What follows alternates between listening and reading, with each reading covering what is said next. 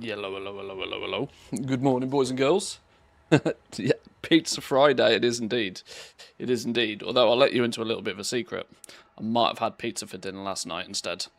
Um, might have had pizza instead. Whole pineapple on a pizza is a good idea. It's easier to remove. That is true. It's easier to grab it and just yeet that shit away. Absolutely. Can agree. Good morning, though, boys and girls. Hope you're doing well. It's nearly the weekend. We tinkered on the PTR for quite a while yesterday. Did some PTR business. I'm wondering if I should put a little video together on my overall thoughts of the new zone. It's difficult, though, because it's one of those zones that feels like it will come to life with more people on it. And on the PTR, with nobody on it, it's a bit of a snooze fest. But it looks nice. It's kind of a cool concept having an outside and an inside area. Keep most people pleased. But from a goal making perspective, I think it's fishing and cooking. Fishing and cooking is on the cards. So doing whatever you need to do to get yourself fully ready to smash both of those mini professions is a good way to get yourself ready. I'm just going to be derping around, as the title says today, derping around on retail, just kind of taking a day to just ponder around and just tick a few boxes, really. Get a few things finished. I'm actually away. I've got such a busy weekend again. I'm off this evening to our summer place because I've been roped into cooking a barbecue for a bunch of people. Because I'm accidentally quite good on a grill. Tomorrow, the wife has a market that she wants to go to. And she loves a good market, so that was an essential. Tomorrow evening, we've got the football. We were going to stay at the summer place on Saturday night as well, and I was like, wife, no. No internet at the summer place. Wife, no. Football. So we're coming home tomorrow evening so I can watch the football. But then I've got my niece's birthday on Sunday. So it's a busy weekend all of a sudden again. It's turned into a busy weekend. So it's going to be a couple of days of no gaming. You need a Starlink. I know. I'm actually genuinely... I have genuinely considered something in that nature, but it's such an infrequent thing. Like, it's a handful of weekends and a couple of it's put it this way, it's Starlink's cool, but it's still just not worth it. It's just not worth it. Oh, I've just realised I shouldn't be doing this on my on this character. I need to be doing this on my hunter because of the stupid achievements, and then I need to share the pearls. So this dude needs to log off here. I need to bring my hunter over here, farm up a bunch of pearls.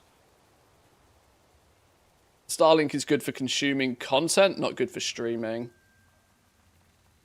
Well, I mean, it would be streaming the football, I would use BBC iPlayer to watch the football. I VPN it, because that's the only way I can get it to work out here. Shh! Don't tell the BBC. I can get all of the football in lovely 4K high definition via local TV providers. But then I don't get my English commentary. And sometimes the commentators, in some games at least, in our last game, if it weren't for the commentators, I'd have fell asleep 15 times. Sometimes you need a bit of commentary on to, keep your brain engaged. Maybe that's what you guys think of this stream sometimes. That I'm just background noise. I don't mind being background noise. Background noise is cool. Already 30 degrees here. It's only 10 a.m. Whew, spicy. I'm still kind of glad that as Nordics, Scandinavian part of the world is not too bad.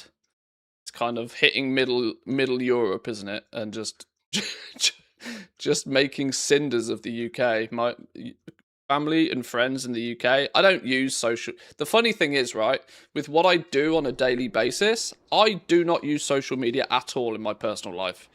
I don't use Facebook. I don't use Instagram. I don't use any of this business in my personal life. I have my online presence, and I suppose, do you consider watching YouTube and watching the occasional other stream social media? It's social media in a different vein, isn't it? YouTube is just a better Netflix. It's not really social media, is it? But yeah, I don't consume social media at all, but over the last couple of days, I have sort of half seen. My wife has all of my family on her social media, so I've been shown a few people just like melting in the sun. So yeah, I kind of feel for them. Kind of feel for them a little bit, not gonna lie. It's pretty hot. I had some very, very interesting news yesterday, which unfortunately is not something I can talk about on the stream yet. But it is something you might find out soon. But it is absolutely going to... It is going to have to come with some changes to the schedule. I will share more details when I can share more details, but it's pretty cool. It's pretty cool, and it definitely came out of Left Wing, so... I won't tease it too much because it's still not confirmed, but... And before you ask, no, I'm not getting another puppy. 3 is enough. 3 is plenty enough. Don't need any more bonus stream activity. Where are my dogs, actually? Okay, they're both chilling already, which is good. They're both chilling.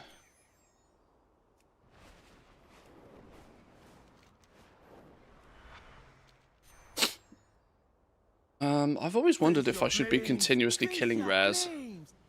I should technically be killing rares because there's the two mounts, isn't there? Which are the 2 mounts which are just random drops on all rares. I should literally be nuking rares on site until I get both of these mounts, really, shouldn't I? Doritos sponsorship. That's a good guess. Welcome in, Tammy. Good morning. It's a good guess, but I cannot confirm or deny. Damn, never lucky. No mount. Like I said, I'm not going to tease it too much because it's still not 100% confirmed. You'll find out soon, TM.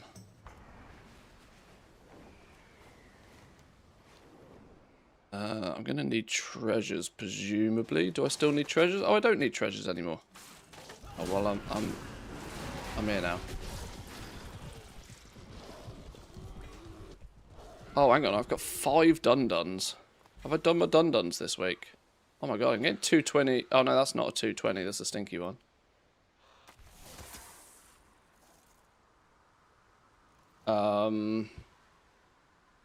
Weekly maximum 5 out of... have I not done my dun-duns on this character this week? If Woo's probably not lurking. Does anybody know if WoW thing supports tracking of whether you've done your flipping dun-duns for the week or not? Because I can never remember which characters I've done it on and which ones I haven't. And it's a real pain in the bum to try and remember who's done it and who hasn't. Starting to work at Wowhead. That's a very interesting guess. I can say with pretty certain, with to a pretty high degree, yeah, I can say within a 99% chance that even if they asked me to, I would probably politely decline.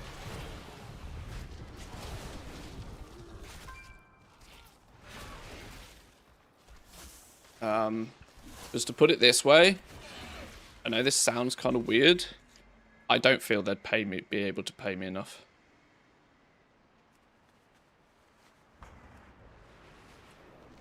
I know that's a kind of a semi-obnoxious thing to say, but they probably pay per article. And the likelihood is, because I've had people approach me before to do things of that vein, and the honest answer is that $50 here or there to write an article once a week or something. Yeah, probably wouldn't be worth the time, honestly. Saved instances tracks it. Oh, does it? Okay. That's an add-on I've definitely used.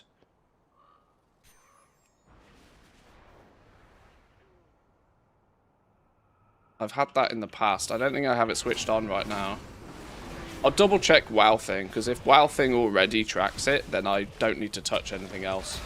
It's not something I really want to switch an add-on on specifically for, which is why I was thinking about the third-party WoW Thing website. If that's already tracking dun-duns for the week, then that becomes very useful.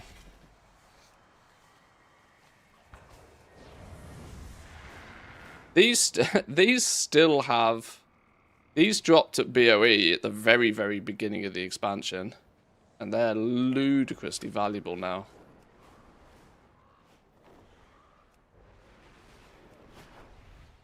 I'm getting distracted. I was kind of hoping I could just quickly bang out 1 or 2 treasures to get the last dun-dun shard, because the dun-duns is right here, look. But I can't go in with 5. I need 1 more, so then I go pick up the weekly quest and we do a full 8. Not pissing around doing multiple dun-dun runs. That's crazy talk. Let's just go do some fishing. Let's go get some fishing done. For the fused vitality from them.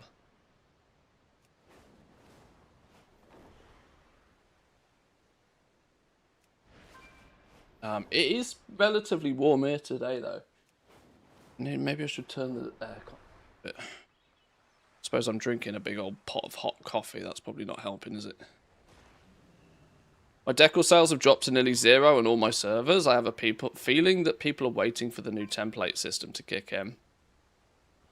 I noticed, I don't know if you've tracked this, but I've noticed this with recently reselling decor over on NA. I kind of knew this already, but decor is like a super duper mega evening activity. I realized quite quickly that the value of this was when I was reposting my decor and I was posting it for 12 hours and I was cancel scanning it and doing all sorts of silly stuff. My posts of decor at like this time in the day was practically useless, like 99% useless. Doesn't matter if you're first in the queue or what, there is just like almost 0 sales on decor stuff during the day. 80 to 90% of my sales came from my evening repost. Decor is clearly something that people come home from work, they put the kids to bed, they finish their studies for the evening, whatever the case is, and then they sit down and they just waste a few hours in World of Warcraft. They waste a few hours, they relax for a few hours in the evening, and it's very much an evening activity to tinker and play around with your house. So consider when it is you're reposting your auctions, because that could have a really big impact on stealing some sales. It is Akilzon's favored. If I reposted my decor at like 7, 8 o'clock in the evening, I'd get a whole bunch of sales by the morning. But if I posted them at like, the beginning of the stream, by 7 or 8 o'clock in the evening, I'd have sold basically nothing, and it became almost pointless doing. It's definitely, an evening activity tinkering with a house.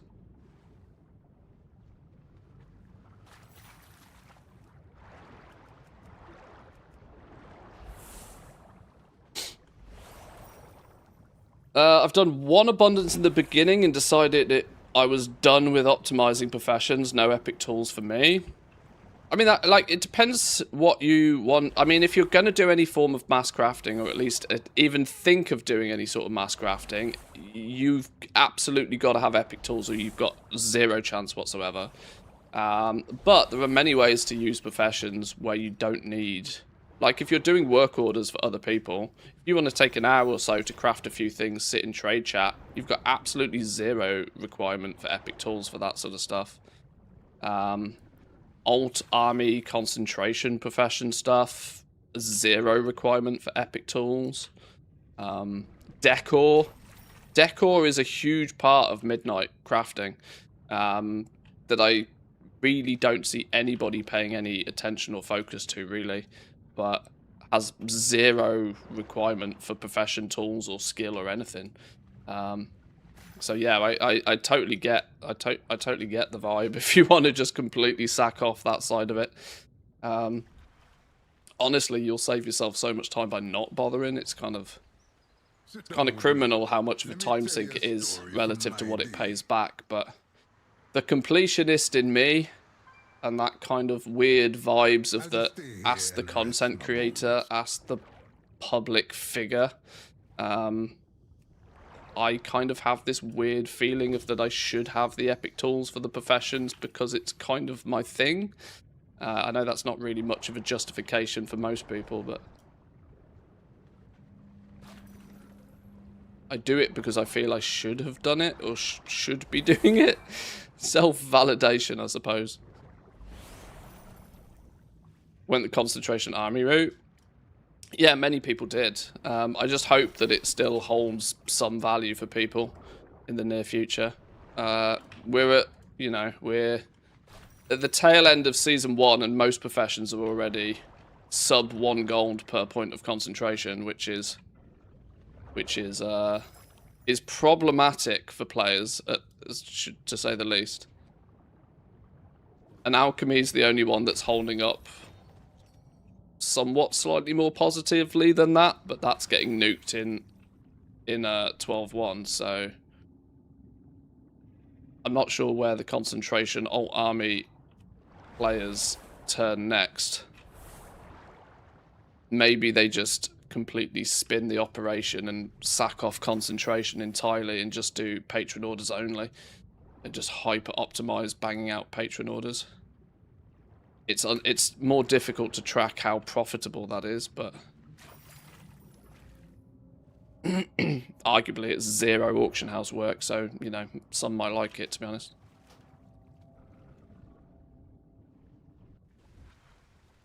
Stopped all the profession stuff. It's a waste of time. It's a big time sink, there's no denying. It's a big time sink. 90% of what I do with the actual crafting professions now is more based upon the fact that I just, you know, I've got 2 decades, it's sunk cost. I've got 2 decades of completionism in my professions, and I just kind of enjoy keeping that up. But yeah, if I'm truly sat at the computer looking to make a lot of gold, my eyes are not drawn towards crafting, not in any way, shape, or form. There are probably 3 things I would be doing right now if I really was trying to make a lot of gold still. I would firstly be ensuring that I have as many decor recipes collected as humanly possible, and have lumber farmed up for at least 1 copy of every decor recipe I own up on the auction house.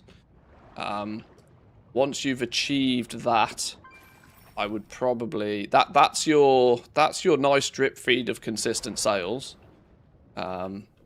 Secondly, I would probably be respinning up my 5 accounts and making sure that I am actually reposting all my auctions across all 80 realms in the EU. Again, because that's... Even if I'm not buying anything, I've got so much stock of that. That generates about 2 million, 3 million, 4 million gold a month. Thirdly, I'd probably be absolutely hammering the Majestic Hide skinning still. Combination of those 3. Bit of lumber farming, bit of decor, bit of skinning alt army sort of style, and a bit of cross-realm flipping would probably still be good for about 10 million a month if I was pushing for that sort of thing. But yeah, when you break it down like that, there's not a huge amount of focus on the crafting professions. I'm listening, my friend. They're quite low down on the lower of victory list. keep their eye on. What change would make the alchemy crash? The conversion of normal quality to high quality glass. 5 to 1. 5 to 1 conversion on the glass will tank the value of the vials, which is where a big part of the profit comes from with alchemy. I would... Now, it's not going to nuke it into the ground, but I would say it probably halves the value. Because obviously you've still got the difference in value of the normal to the high quality herbs. But people use high quality tranquility bloom quite rightly, but it's really not leaving you much else to play with.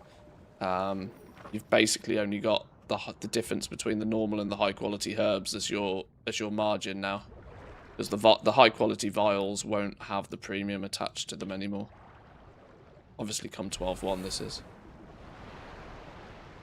Now, I've not looked at alchemy concentration in terms of actual raw numbers. I don't actually have an alchemist, believe it or not, that's properly set up to craft potions even.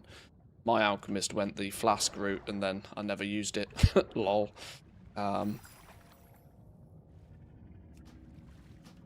But I cannot imagine that potion crafting on an alt alchemist is any more than about 3 gold per point of concentration. And I would imagine that will probably halve in the next, down to only 1.5 gold per point of concentration, which very, very quickly pushes it into the point of why you bothering. The new Pot's Abyss too, they don't even use expensive herbs. Yeah, I've not looked into that in too much detail. There's a new health potion, isn't there? And there is a couple of new potions. That's one aspect of the next patch I've not thoroughly investigated yet. I thought I'd never see the day to try. It's also kind of early for that sort of stuff, unless you're unless you're out there to try and squirrel away a bunch of materials and do a bunch of, you know, speculative purchases on materials. You can comfortably just wait a few weeks until the PTR is a bit more polished. Still very rough around the edges. With what, like six weeks or something until patch is due.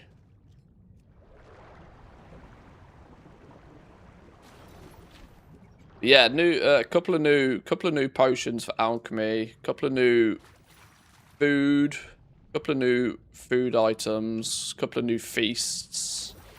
It's nice to see that for the next patch we're at least getting something. It still feels very much like an almost template build. You know, new Vantis rune, new contract, this sort of stuff. There's nothing outrageous, but there are a few new optional embellishments, which by the time the guys get their hands on them and start doing some sims, at least you should expect Blizzard to try and balance the new embellishments to be BIS, because otherwise why bother adding them? Yeah. Winds brought you to me.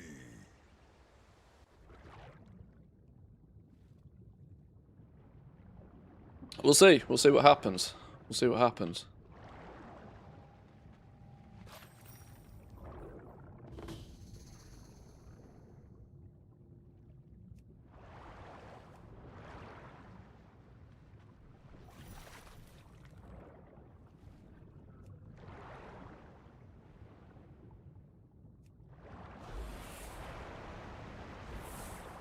So what are the new potions, foods, and so? I don't have anything to hand to show you the exact, but it's a lot of it's pre-data mined already on Wowhead. you can find a lot of the new recipes on Wowhead right now. I wouldn't pay too much attention to the materials that they're using, because a lot of the recipes I have seen hit Wowhead in terms of being data mined they look very inaccurate. Maybe fishing's the play. There's definitely a gameplay loop around fishing in 12.1. There's fishing dailies. There's a new fishing reputation. That fishing reputation, once you reach the equivalent of Exalted, they've given it different names because it's not like a faction. It's reputation, friend levels.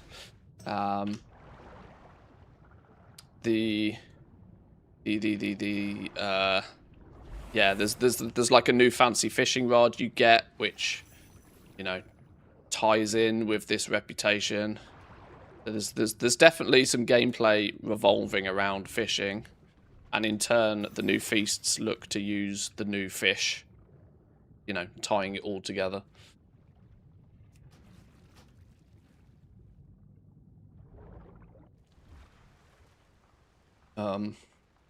Quick overview for those who may be interested. I've not fully padded out my notes on this lot yet, but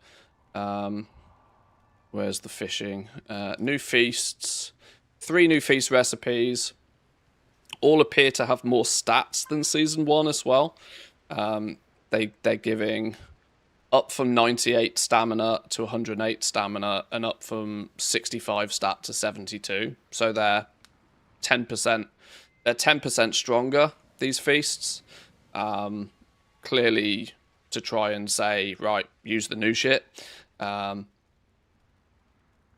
The recipes for them right now, they're all using the new fish, which you fish from the new zone. So tying this in, if they make the new feasts use the new materials, then people have got to go get the new materials.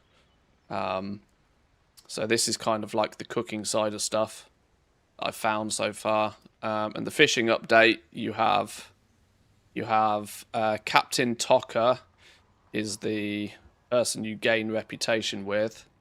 And there's a couple of NPCs, a couple of quartermaster style vendors for them. There's the new fishing rod.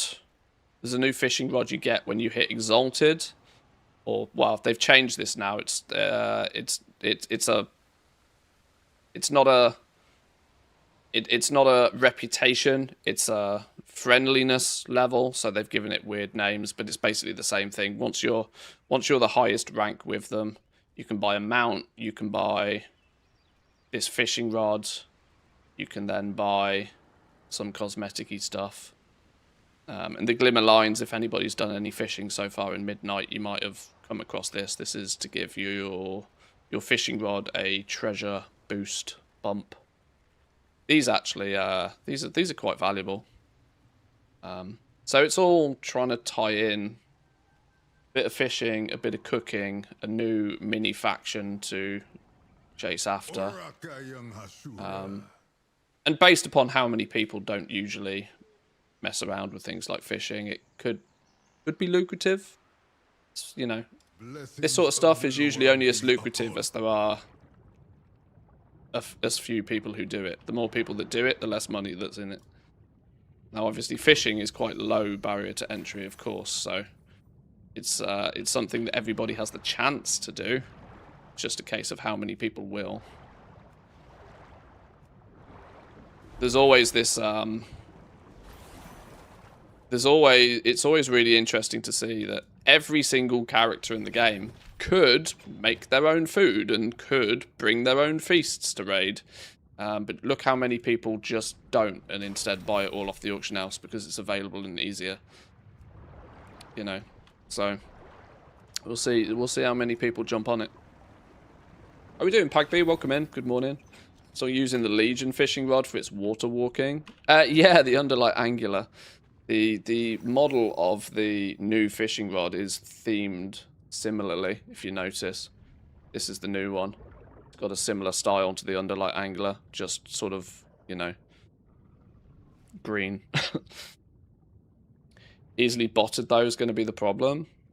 Well, that is always that is always fishing's issue. But this is also always the issue with anything that's entry level. Herbing, mining falls into the same category. It shouldn't stop you doing it just because bots can do it.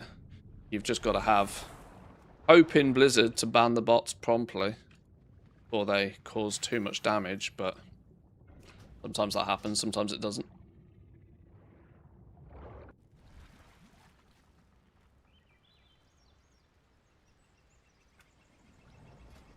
I need enough to buy mine for the week, and then I need enough to share some with alts. So I do need to do a little bit more fishing. The reason I'm deliberately doing this all on one character is because there's stupid quests here, look. One with the depths, earn 1,000,000 points, and I'm at 447.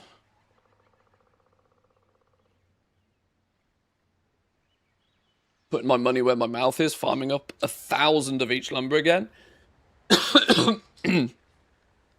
I feel the new template system will be the next big boom in decor market. I'll let you know the results when it's out. I mean, it's a good thing to get cracking on, arguably, you know.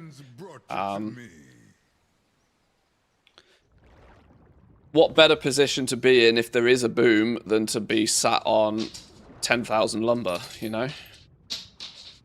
It means you can capitalize on the boom whilst everybody else is panicking, running around farming lumber like a crazy person. And you can just sit back, chill, and focus on the auction house side of things, like it's GG. You know, it's the smart play. Preload the effort so that when the boom happens, you're ready to go.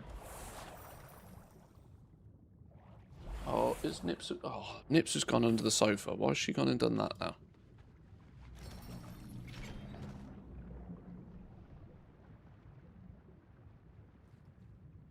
Made bank from the fishing recipes last expansion. Don't encourage people to fish, please. Well, interestingly you say that. Now, I've not confirmed this because I've not been able to fish up any myself on the PTR. But recipes in a bottle appears to be a thing again. Clearly, whoever did Dragonflight is working on Midnight. And is, you know, reusing the same tricks. Recipes in a bottle are... Or some of the recipes, I should say, are data mined to come from recipes in a bottle. E.g. fishing. Doesn't appear it works on the PTR right now, or if it does work, it's very rare and I haven't found any yet, which is also another possibility. Which is good. I like rare shit. Love me a bit of rare stuff. But that could equally be another reason to get on board with fishing. Maybe stacking your profession to the hills. Perception? Did I say profession? I don't know what I said then. Either way. If you're able to do some fishing and periodically pull up a recipe, hopping on that nice and quickly is always a good money maker. For sure.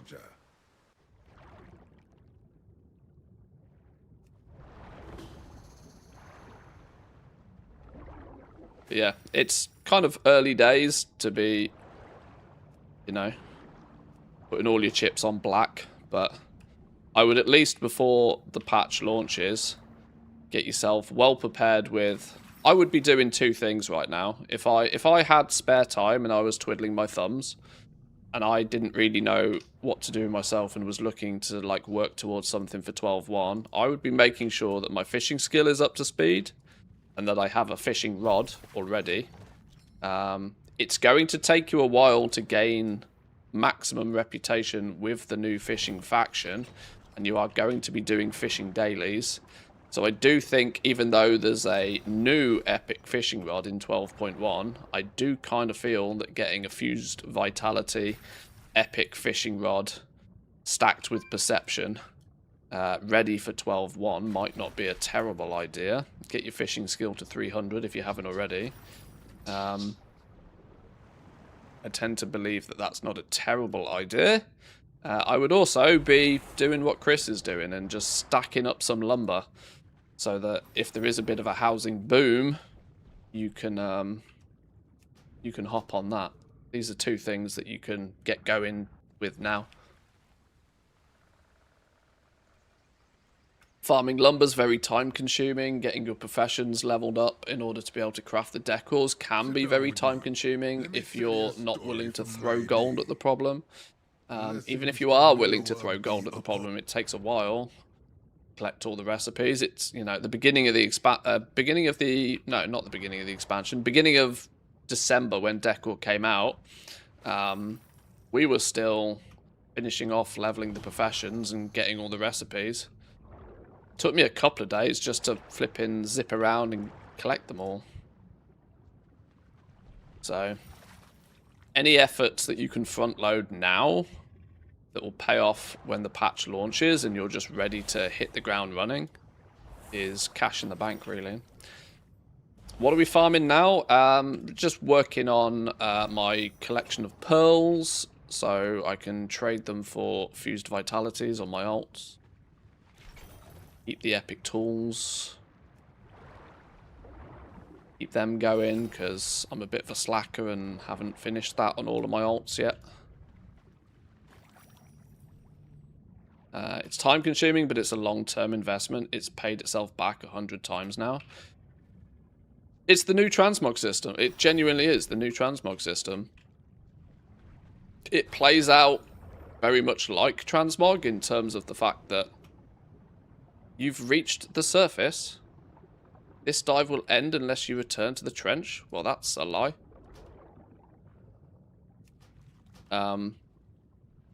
Yeah, it works very much like the transmog system. You have to front load a lot of the effort to get the recipes, to farm the lumber, to craft the decor. Then if you're consistent with keeping them up on the auction house, it's not the advantage it has over transmog is that they will sell. They will sell. It's just you're going to have to sometimes wait your turn to sell yours.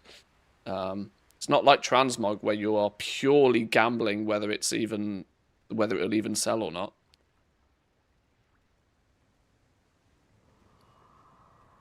So I'm listening, my friend.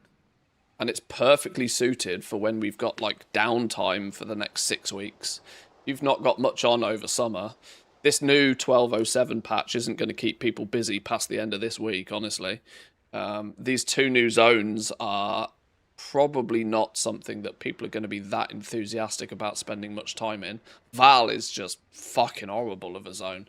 Najtal was questionable for a lot of people, but people are going to be in this new zone for literally as long as it takes them to get the achievements. Then they are never going to touch it. It's just an icy moor. Like they're just not fun to be in. Quite simply. Now, fun is obviously fun is subjective, but waiting 20 minutes for a rare to spawn and avoiding being randomly dotted up and dying in between those 20 minutes isn't my kind of fun.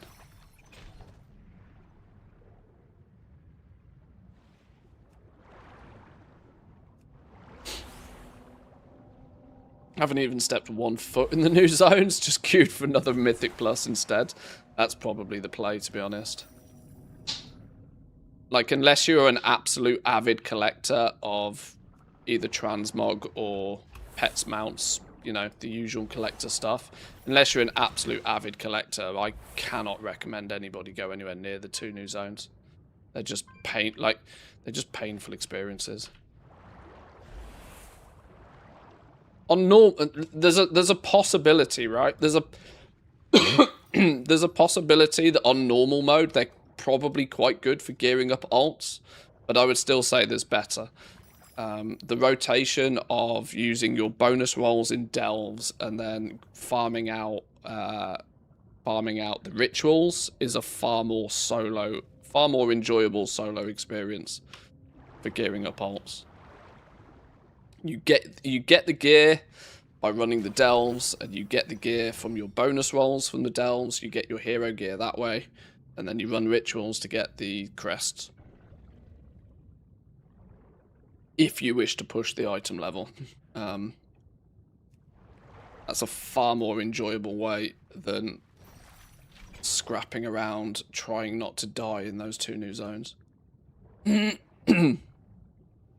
So yeah, I'll get the meta achievement for the 2 new zones, and then I'll be out. I won't be touching them there. They're not enjoyable experiences. I can't even stomach doing it for the meta achievement. Tried 1 world quest there yesterday. Had to use a disguise and talk to elites, but 2 out of the 3 NPCs I go to a hostel, and then I have to go back to the start and do it again now. Yeah, that one, you put the disguise on and you have to speak to like 20 NPCs or something, don't you? Yeah, and you get 1 of 3 chance. Oh my god, I did that on stream the other day and nearly cried. Like literally nearly cried. Good to see you again. Have you done the world quest out there where you have to stand in a gas bubble and pray that somebody doesn't pull a mob near you? Because if you die, you lose all of your progress with the gas bubble. That was that was a peach of a world quest, that one. That was an absolute peach of a world quest.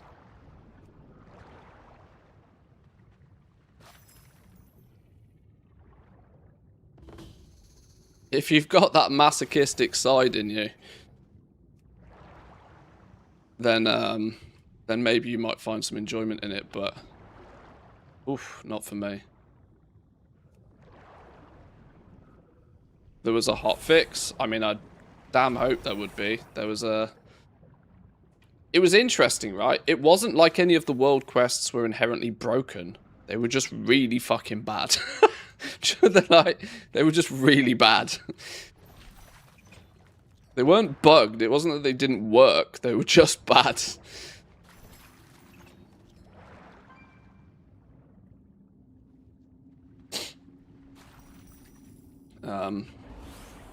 Yeah, it doesn't surprise me they've hotfixed a few changes.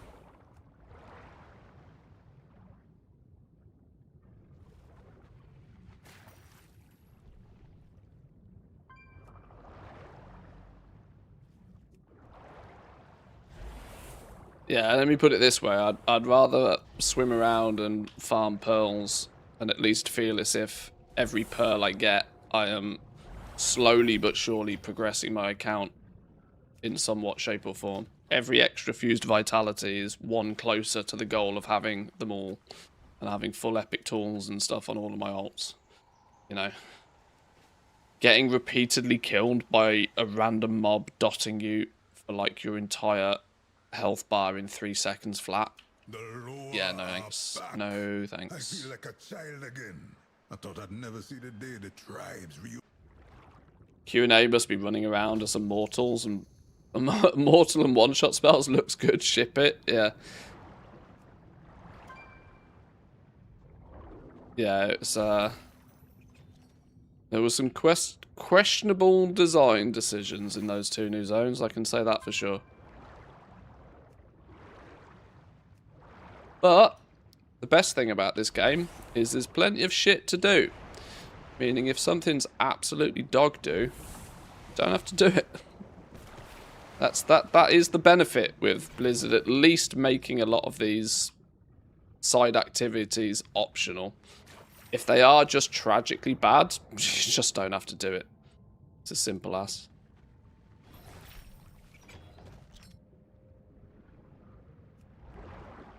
Kind of disheartening listening to all of the shit content that Blizzard are giving us. It's justified though. You got to be critical. I know, like I try to be as objective as I can on these things. Like my overview of the new zone in 12.1 is that it's probably the 3rd best 0.1 expansion patch zone that we've had in the last 3 expansions. It's not better than Zaralek Cavern. It's not better than the Undermine. It's a solid bronze medalist in that competition. And that's like trying to objectively compare the zones. What features and functionality do the zones offer? What gameplay loops are involved in the new zones? What interesting new mechanics have they introduced in order to like keep the excitement level up? The reality is the new zone is very safe. It's very straightforward, and it doesn't have anything that screams, "Oh, this is cool. This is something new. This could be interesting."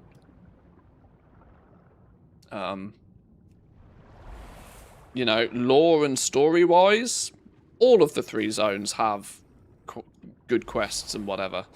I could inject my personal opinion, which is I think the questing and the lore and the storylines in the Undermine were probably the best, shortly followed by the storylines in Zaralek Cavern, because the Niffins were new at that point. This time round, it's just an extension to Zulaman. Like, you don't get anything from. I tried to click on it then, like we're on the PTR. I didn't get anything new from the new zone that I didn't already get from Zulaman in terms of vibes and feel. Now I know it's meant to be a continuation, so that was always going to be a thing, but it's it's if you take Dragonflight, if you take the War Within, and you now take Midnight, and if you do a comparison on the 0.1 zones, so you take Zaralek Cavern, you take the Undermine, and now you take the new Coiled Isle. Unfortunately, as it looks at the moment, the Coiled Isle is a solid third.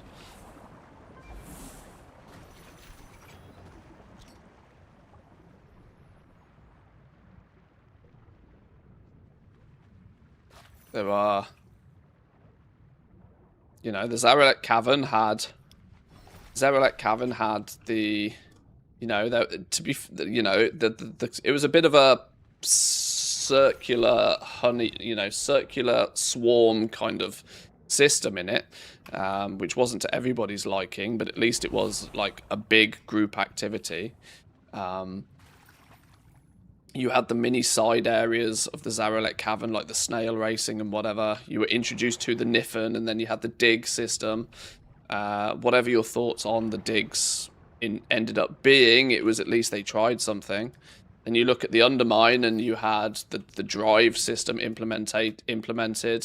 I still thought the drive system would have been better in a bigger zone, but it was at least they were doing something, and you know, you had the car and all bits and pieces. And Goblin bias here, the Goblin bias being that the Mechanica system gave me very much a reason to practically live in the Undermine for a long period of time. I just don't get the same vibes from the Coiled Isle, the new zone. There's a very standardized short storyline that you do on top of it. Very standardized, very basic. Then you have 7 or 8 side quests, of which don't really unlock or introduce you to anything particularly interesting. The only slight thing is the fishing side of stuff. Couple of fishing dailies. Then you go downstairs in the new zone. And downstairs in the new zone, you have significantly stronger elite mobs that are presumably designed to just be swarm killed in a group, where the gameplay loop as it looks at the moment is you grind coins to gain talent points to grind coins faster. With no real significant impact other than maybe to collect a few transmogs and a mount. It could easily be an activity that you could just grind out in a group or in a raid. You'll swarm around in a raid and you'll have it done within a week, and then you'll be like, okay, cool. Coiled like a snake is coiled up, I assume. I think so. I think that's probably the reason, yeah. Very snake themed, the entire thing.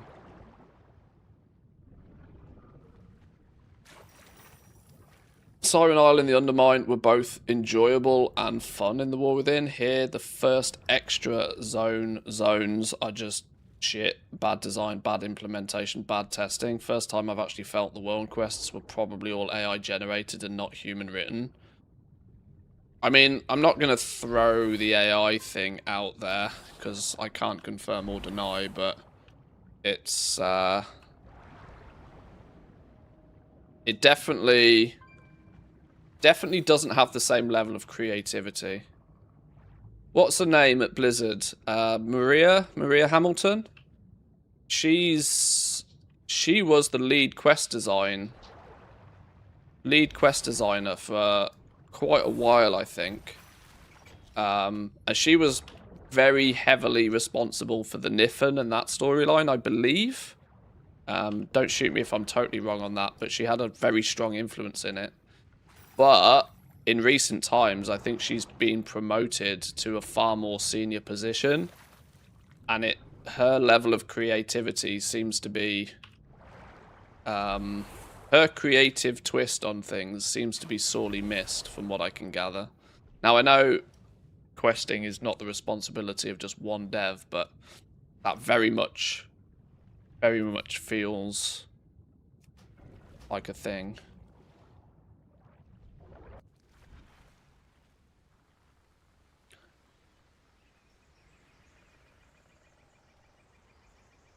Peter's Principle? What's Peter's Principle? Is this you educating me and making me look dumb again? Peter's Principle, book by Lawrence J. Peter.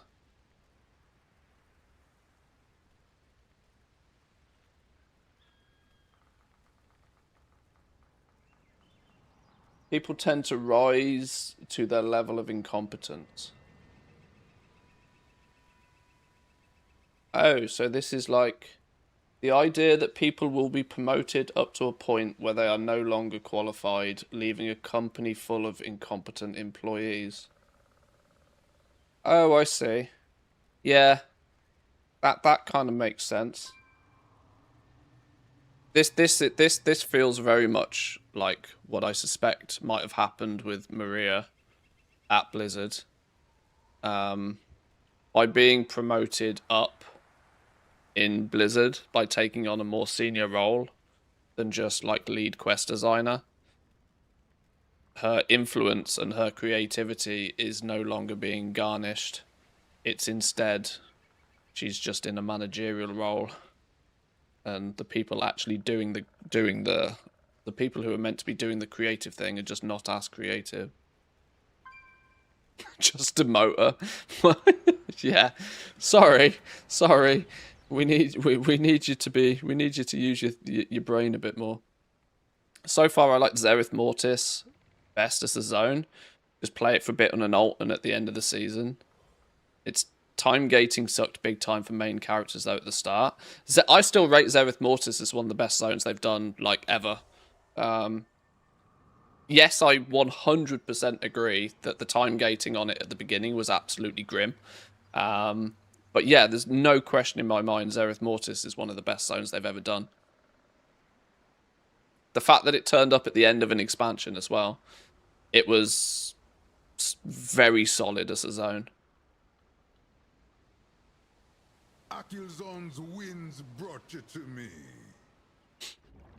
Just tuned in. What are we doing? We're just farming some pearls at the moment. My alts are still in need of fused vitality, and you can get 3 fused vitality a week by exchanging pearls. So I'm just doing a bit of a pearl farm for a while. I do it all on my main character because there's the achievement for doing 1 million dive points. I'm over halfway.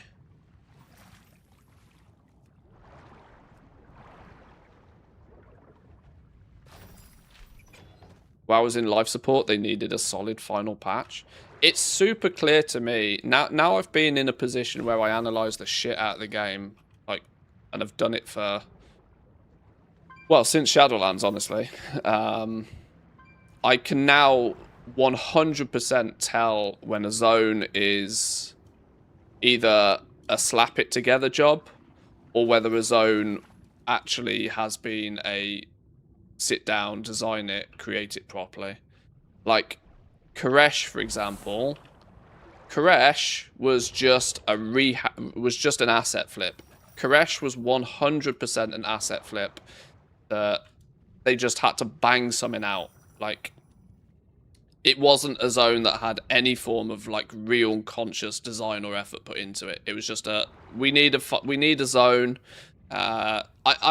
This is why I'm never going to get this proven or even denied, but my theory for quite a while has been that this World Souls saga is basically one expansion's worth of content that they've spread out over 3, and by spreading it out over 3, there is probably a zone in each expansion that's being properly designed and built, and then they're having to supplement with just a hack it together zone.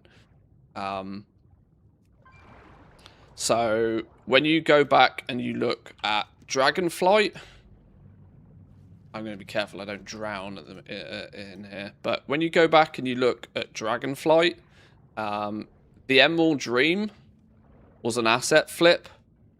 The Emerald Dream was the zone that I think they just kind of like, they had the map. It was an ace up their sleeve. It was an easy, just bang it out, quick fix. Especially considering the Emerald Dream was basically a copy-paste of the Zaralek Cavern, mechanically, under the hood. Zaralek Cavern, though, I think this was the zone that they actually planned and they built properly. And was, meant to be one of the major patch zones. So I think this was a hack. This was just quickly hacked together. This was the main zone. You then go into the War Within. The Undermine was the zone that was the properly designed, properly created. A lot of thought, a lot of effort, a lot of design went into this. Koresh was the asset flip. We need to quickly hack something together so that we have a main content zone. And we'll see how this expansion plays out. But I'm already very much thinking that the way this is playing out right now is that we are seeing... My hope here is that we're seeing the Coiled Isle being the...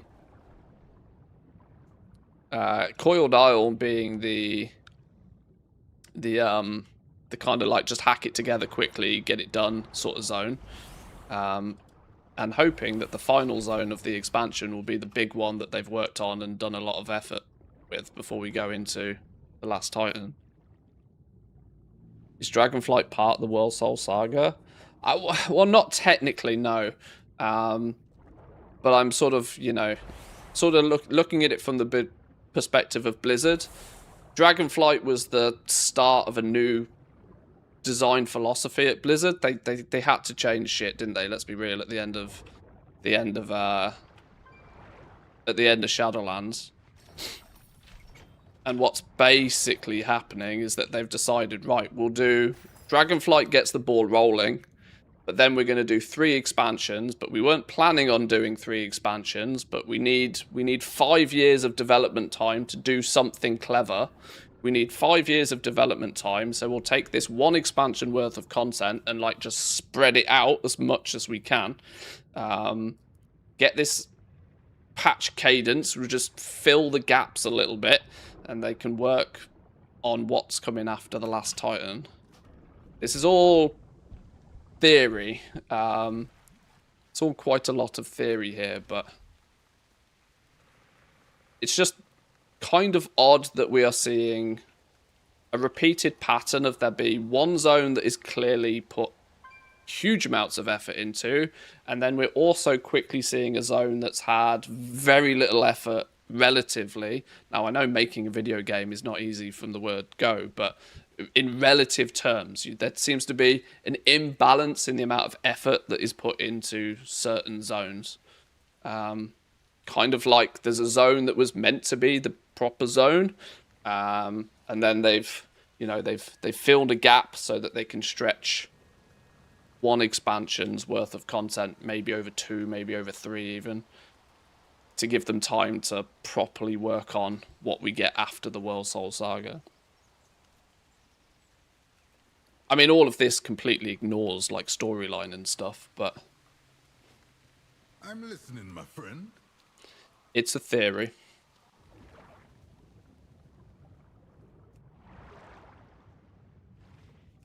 I mean, I'd also point out that this sort of stems from the fact that Blizzard have kind of done this before. They've done this before in terms of that both Warlords of Draenor and Legion were sort of clumped together, and at very late in the day did they decide to switch the order of which they were releasing those expansions. They then very quickly had to launch Warlords of Draenor. And this is why when you look at WoD and you look at Legion, like Legion had 10 times the content in it that Warlords of Draenor did. Because it basically got twice as much development time. They got to work on Legion for 2 more years than they probably initially expected. And in turn, there was a lot of stuff in Legion, and there was basically nothing in WoD. I think that had something to do with the movie coming out. And I don't think it's very well documented, but it's it goes to show how Blizzard doesn't just work on one expansion at a time. They work on, a collective, and then they chunk it up. They chunk it up and distribute it to us in patches.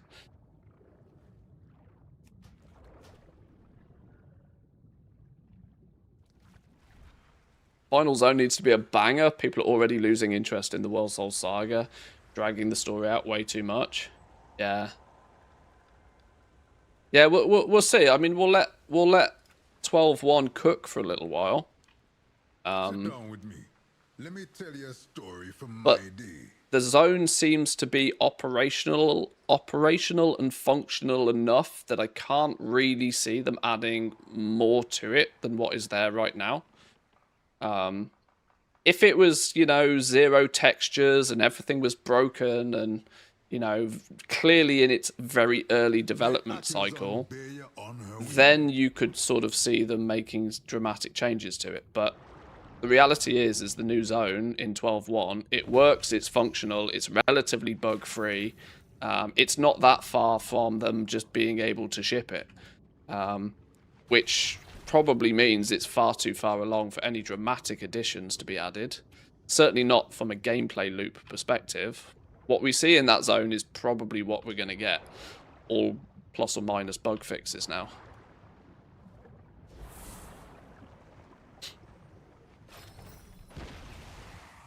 Hope they pull out the stops for the last Titan. At the moment, I'm getting the same feeling I got in the last season of Game of Thrones. I'm just hoping I'm wrong. Now, fun fact, I've never watched Game of Thrones, but I understand Season 8 was not what people were after. More with the transition of ownership to Activision than anything else, I'd say. WoD was also unfinished. A lot of content was cut out. Well, yeah, an entire patch worth of content was just completely snipped from WoD.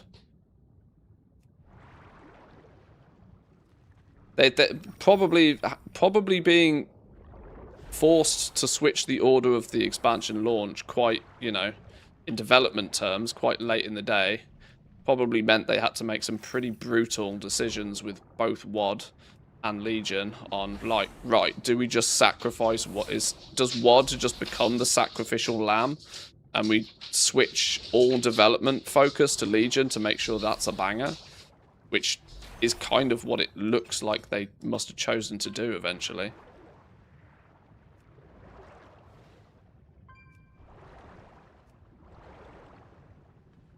My guess is the saga's only here to give a long ending to the current WoW and to give a harder reset to the game with some world-ending type lore.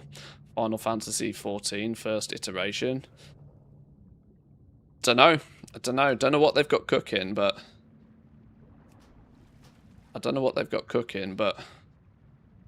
when you look at it from a business perspective, you can kind of see what they're trying to do. You can kind of see what they're trying to do. And obviously they're trying to keep as much of the player base engaged as possible whilst they do it. Right, I can't be doing the maths on how many of these pearls I've got and how many I need for my ults, but I'm gonna do one more run and then we're gonna one more run.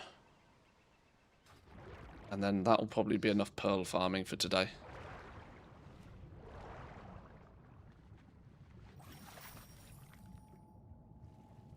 I haven't been actually paying attention to the story for like 10 years, so that can't disappoint me anymore. I mean, yeah. What you don't know can't hurt you, right? I think purely from a business perspective, they're just printing money at the moment, long term, risky. Well, they're not shy about monetization anymore, are they? This is a slow and steady 5-year plus culture change from their player base.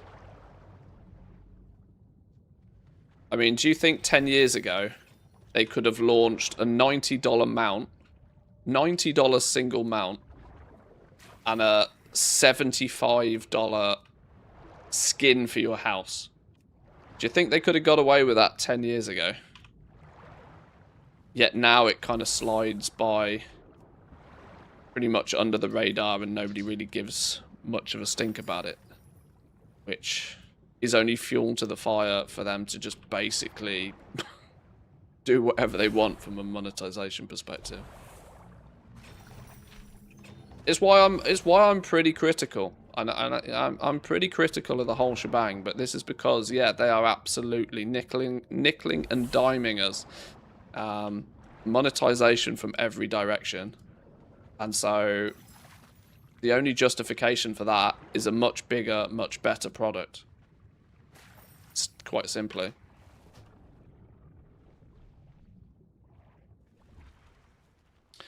Making an actual WoW 2 is very risky in my opinion. I'm sure you can keep me around with WoW 1. Mythic Plus C is not my 20-year-old characters, but beginning again from scratch. Well, I think this is one of the only aspects that Ian Hazacostas has been relatively open about, is that obviously he speaks in very PR terms, remember that, but he's been relatively open in the fact that it's really not in the design goals for them to ever say, right, this is the end of WoW 1, this is the brand new start of WoW 2.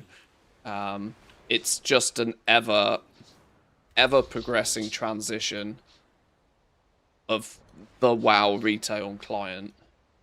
I mean, the game is so, like, gameplay loop and stuff hasn't changed really all that much in a decade now, but the systems and the infrastructure and all of that feels very different today than it did 10 years ago. So things in that regard are changing. I don't think they'll ever do like a complete hard reset or go like a WoW 2 scenario. They'll just use this process of every 12 months, every 18 months, new expansion. Make sure in each expansion, systematically and gameplay-wise, enough is changing to make it feel different, and they'll continue with that pattern for as long as people pay the money.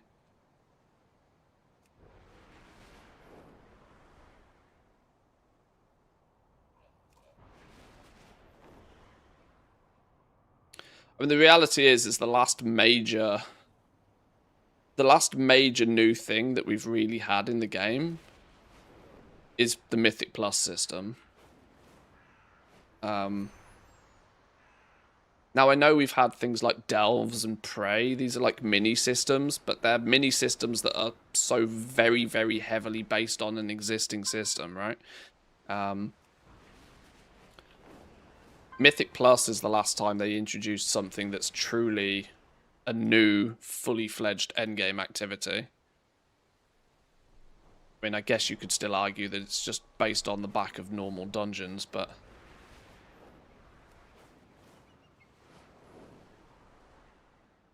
this is what I think is more likely to be seen post Last Titan.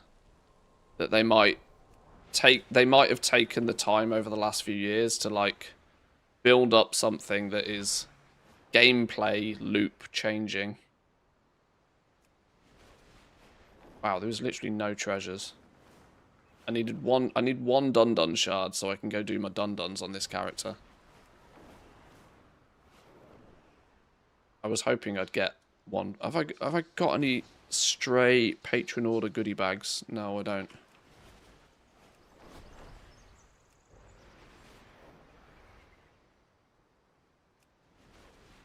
Asmongold has a video where he's watching a version of what WoW 2 would look like. Oh, I mean, yeah, people have done like Unreal Engine renders of zones and stuff like that before.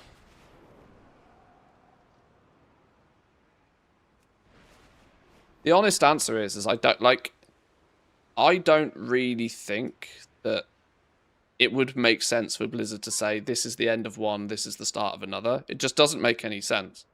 Lots of people are of the shared opinion that the engine that WoW runs on is really starting to show its age.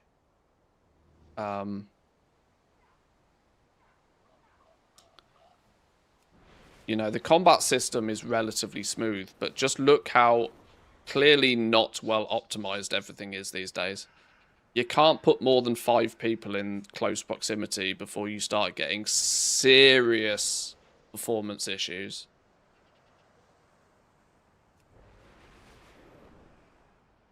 So much so that they are now finally, after God knows how long, coming like deciding that maybe we should put world bosses in an instance so that they don't completely nuke an entire zone when they go off. Putting them in an instance is almost quite an interesting choice, though, for me.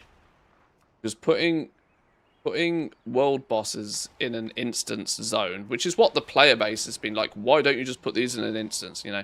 Player base has been saying this for fucking ages.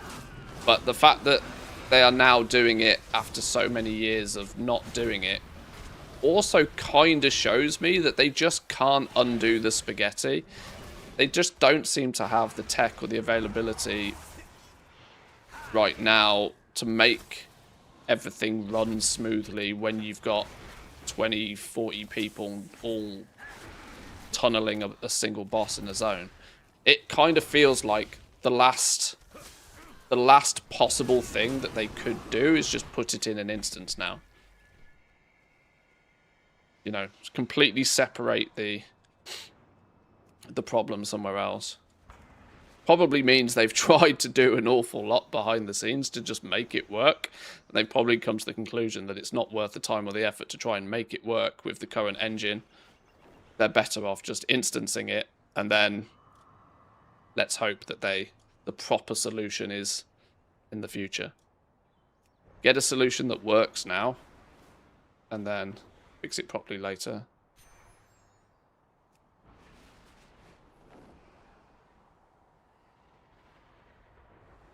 Yeah, world bosses being basically one boss raids is an interesting twist, which I definitely don't mind. It's more content for people to do. You know, world bosses for years and years and years now have just been a target dummy that you do once a week. And they've even kind of nuked the reason to do the world bosses, because you now don't even get you're not even guaranteed to get a piece of gear that is for your class even. That's a decision I kind of looked at it weirdly at. Like, what, you mean I can go kill the world boss for the first time in a week on my hunter and get plate gear? Well, the fucking hell, why would I bother doing that? Like, hello?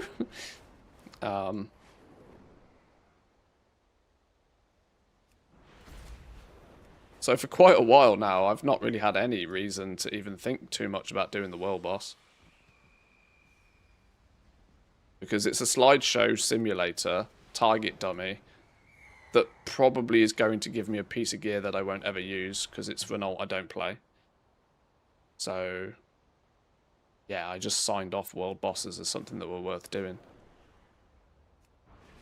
But, give them a normal, a heroic, and a mythic difficulty mode. Turn them into one boss raids. You know? Make it so you know, if they give it the mythic pug flex treatment, you might find that, you know, it spawns in a little bit more, you know, organized group play. You might start seeing people putting normal and heroic and even mythic pugs together for the world bosses. But the reason has to be right. Instancing them, great choice, because, you know, isn't going to negatively affect it, and you can have as many instances of that world boss encounter going as you want. You're not limited by everybody all of a sudden zoning into a full population realm, tanking the performance of it more. It's kind of a smart move, really.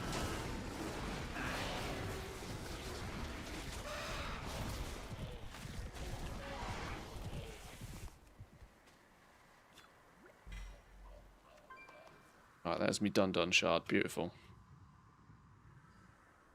Took me way too long to get that damn thing. Is it still up here? Yeah.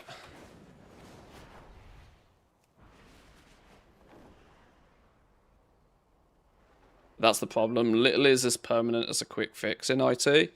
Well, yeah, true. Band-Aid solutions never get unband-aided, but I'm like this all sort of ties into the fact that I'm pretty convinced these days that the game that we're playing right now is not Blizzard's main developmental focus. I think a lot of the War Within, a lot of Midnight, and probably an awful lot of The Last Titan is already signed off, way under, you know, way into a level of completion. It's set in stone. They know what's going to ship. They know when. I think they've probably got the schedule pretty much banged out now until post Last Titan. And where their main developmental focus is not in, you know, it feels like retail. They're just keeping us busy at the moment. They're just keeping us busy, and it's not the focus. And whatever their focus is on predominantly is on something post Last Titan, of which will remain a secret until people get told. There is so much waiting to be found.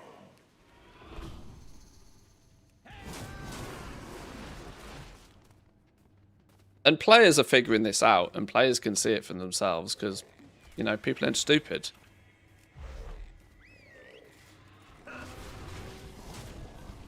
Plus, you've got a significantly aging player base in a video game.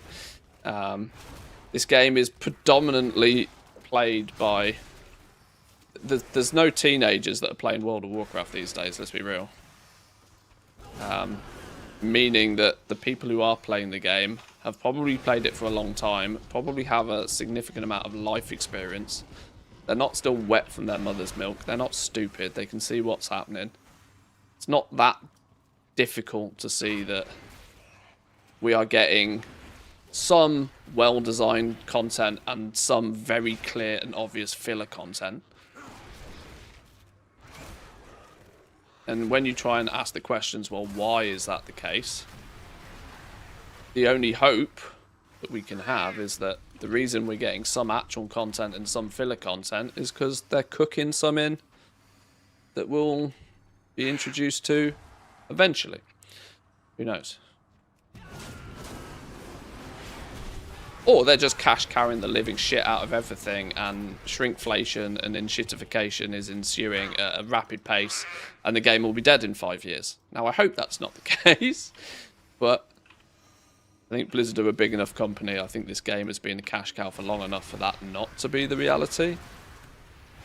I'm still hopeful that we're getting 7 out of 10 content these days because they're working on something big and new.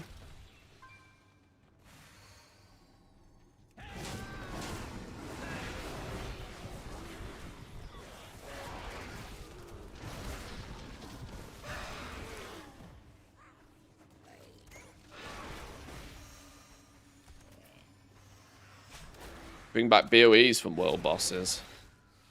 Yeah, there just needs to be some sustained reason for players to do the world bosses. Like I said, there's the reason to do them isn't that attractive anymore. Your game tanks to slideshow simulator. Even if you get a piece of gear from it, it probably isn't going to be for the character that you've killed the boss on that you want the piece of gear on. So it's just it's a one-armed bandit that just locks up your game for 10 minutes. And it's just a target dummy at the best of times anyway. Like the purpose of a world boss has lost its value for sure. Right, Acolyte. You have few abundant moments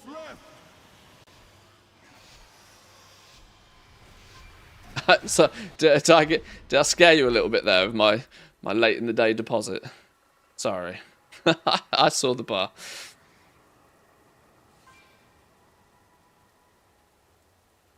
I deal in the most exotic goods. Doing the dun-dun thing still a raid thing, or can you just solo 8 shards? Yeah, I just yeah. As long as you get 1,000 abundance, and hand it in, importantly, as long as you hand it in, you'll get the maximum payout. Right, how many is that then on this dude? I've got 15. All made or gathered in Zulaman with pride. That is enough fused vitality for another something. What is the next something on my list? That's probably designated to my second leatherworking tool. Then that's the 2 professions done. Yeah, I need a multi-craft leatherworking tool. Because dual crafting already has 2 tools. Yeah. Right. That then means I have enough fused vitality for my primary professions to be complete. 100% complete. From this point on, fused vitalities will go into cooking. And surprisingly, actually fishing. But we've got 6 weeks until 12.1 to get those. So I'm pretty sure then, by 12.1, on this main character, I will have every single epic tool wherever an epic tool is required. And craft the second leatherworking one now. Cooking is going to need... Well, fishing is just a fishing rod. Fishing's just a fishing rod. But that's 1. Cooking is a hat and a rolling pin. So that's still 3 epics I could do with before 12.1. Should be achievable if I actually bother to do it every week. Now, technically, if you're doing cooking properly, you need to. But that's real min-max optimization. That's probably not that essential.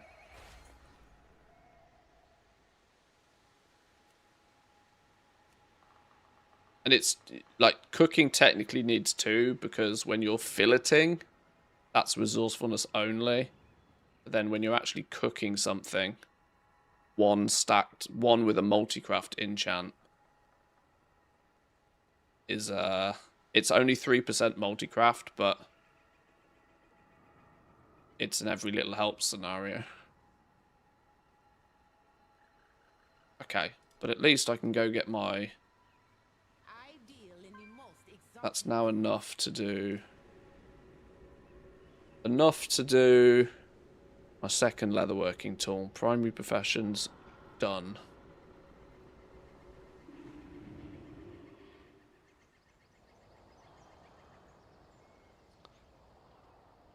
To be honest, the optimization of the game has been off the rails since Dragonflight. Well, I mean, there's no denying it's been on the rocks for a while, hasn't it? I mean, it was flipping... What was it? It was back in... Battle for Azeroth was one of the biggest issues they had. They did something dramatic at the end of Battle for Azeroth. For feast crafting, you only really need the resourcefulness tool because you'll be using the bizarre bites for 100% multi-craft. Well, that's true. Yeah.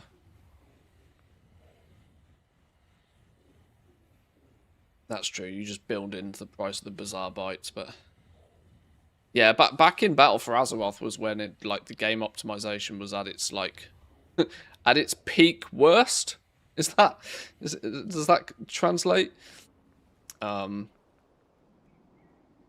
still to this day convinced one of the reasons they took the Longboy away was because people spinning up auction houses in random places was just absolutely nuclear deleting their servers. Because an auction house is a chunky piece of code to have randomly spawning in random places. Oh, people are buying a bunch of tarnished gear. What's going on? Who's buying? Like somebody's kitting out a somebody's kitting out a new fresh alt.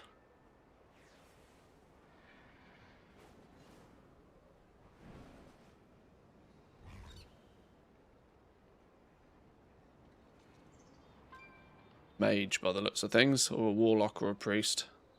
A couple of pieces of cloth gear randomly selling.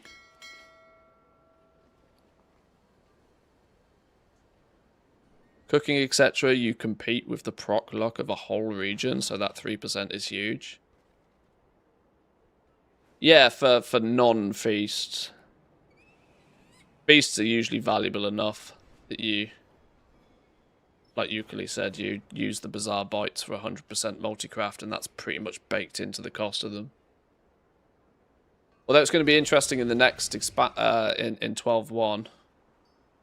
There's a possibility that feasts end up... Well, it depends just how pop-in fishing gets, really. At the moment, the feasts don't use... what do you call them? Petrified roots. Which, in today's world, is like the main cost of a feast. So that presents a bit of a... interesting scenario for what the price of feasts will do if they stay that way.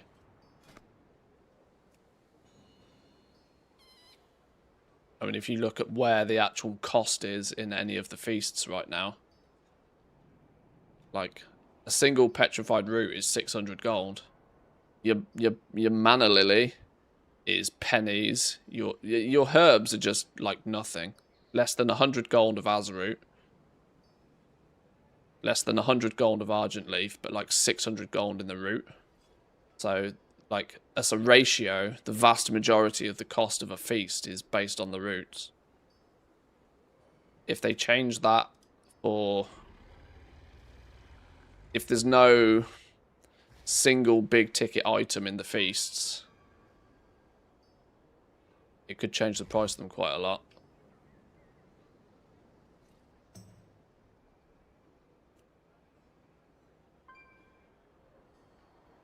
Yeah, it's pretty much exclusively always the value of the root.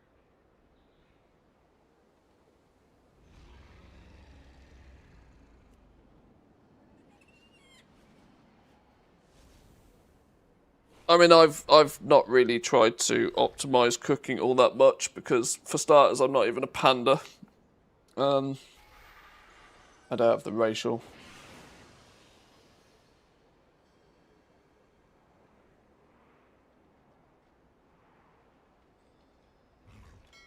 Okay. Right. Give me 2 minutes, boys and girls. I'm going to stretch my legs, quick bathroom break, and then we'll poke around with something else. Give me a couple of minutes.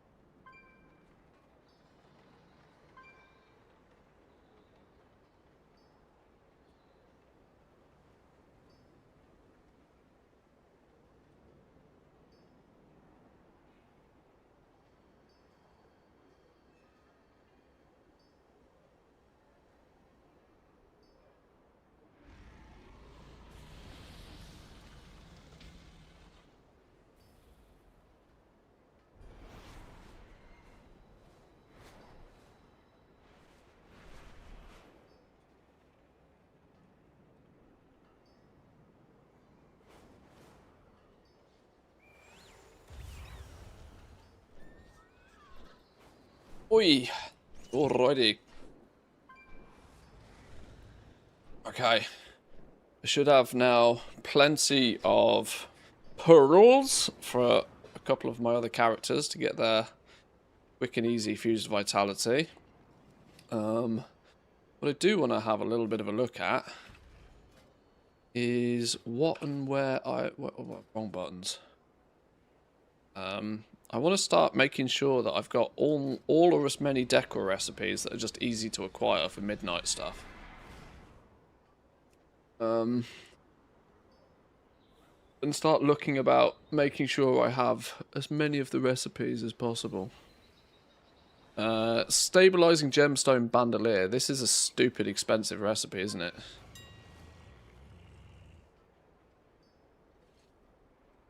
Oh, the search doesn't search for the recipe.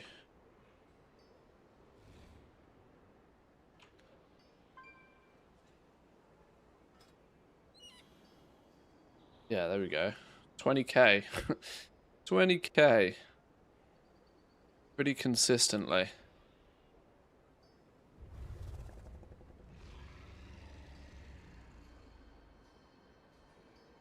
This is one of those things I need to snipe it cheap somewhere.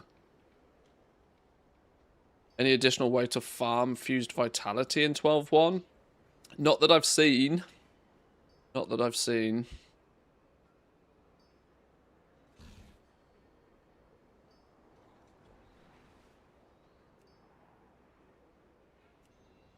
This comes from the gem tree. These come from the gem trees. These also come from the gem trees. So these are knowledge point unlocks. These require...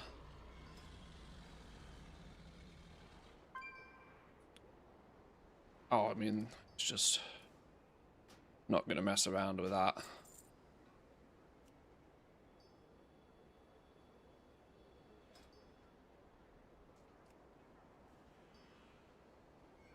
I'm not even going to argue at these prices.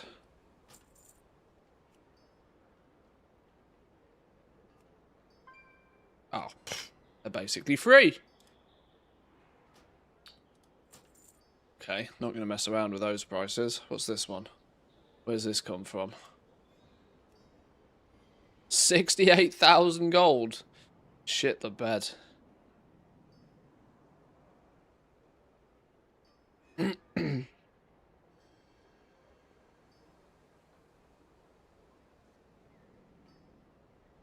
It's just expensive on my realm, weirdly.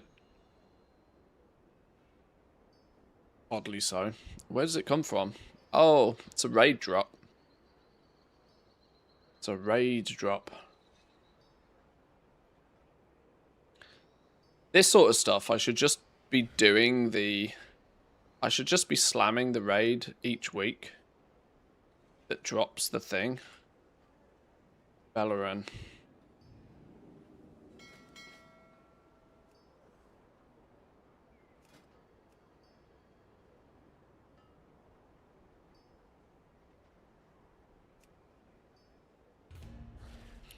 We should just kill the boss every week, just see if we get lucky occasionally getting it from LFR. Dropped in raid on Wednesday, but I didn't get it. Yeah, this is the any of the raid drop stuff. I should just make sure. I don't do LFR for really any other reason, but it saves me 70k just doing LFR for 10 minutes every once in a while. Replica Haranir Muriel. This is going to be expensive. Are you stuck, dog? Hang on, let me. My dog's stuck under the sofa because she's dumb.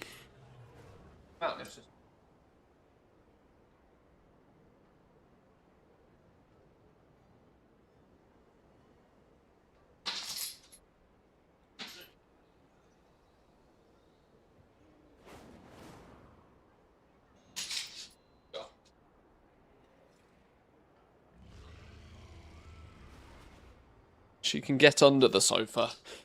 Doesn't have much success getting back out from under the sofa.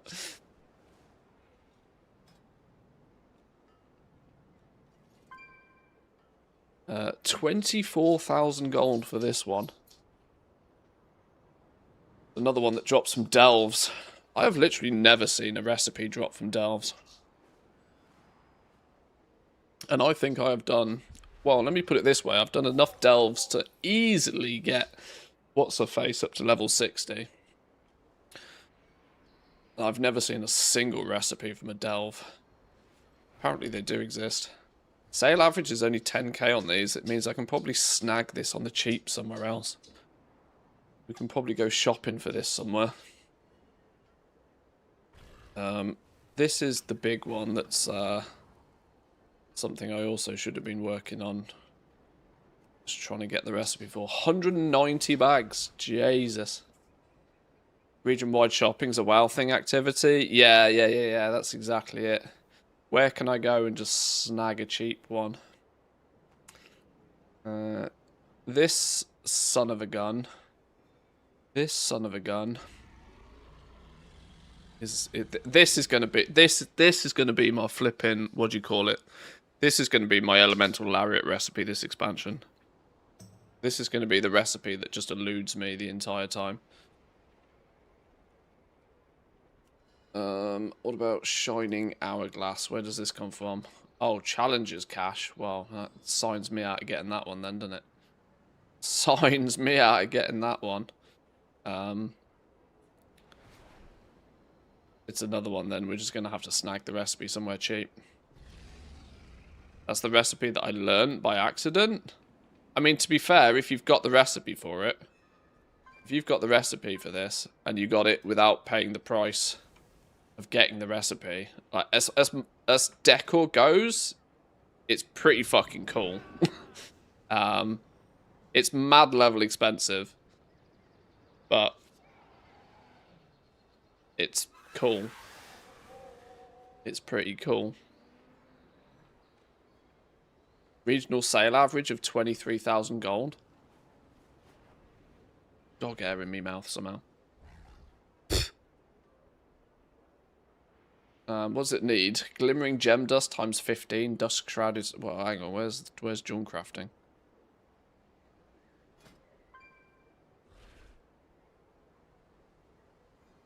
I mean, 50 lumber. You could farm up enough to craft 5 of these in an hour. Yeah, the cost of the other mats is nothing. Cost of the other mats is pennies. The 50 lumber, yeah, you know. I can give you guys a bit of a heads up. There is a fuckload of lumber nodes in the new zone. The new zone will be absolute bliss for lumber farming. I can tell you that for a fact.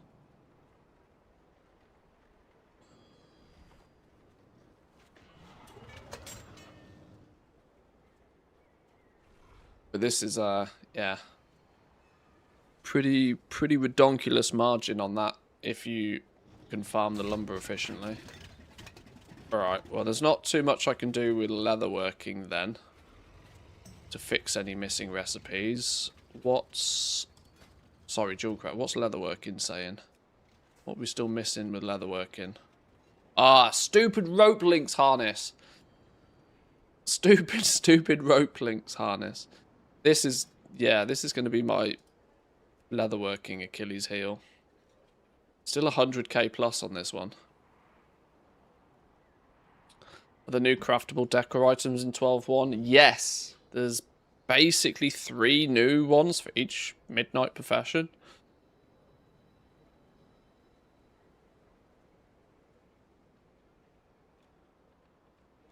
Is there a loading screen between Zulaman and the coiled isle? No. You just fly straight there, I believe.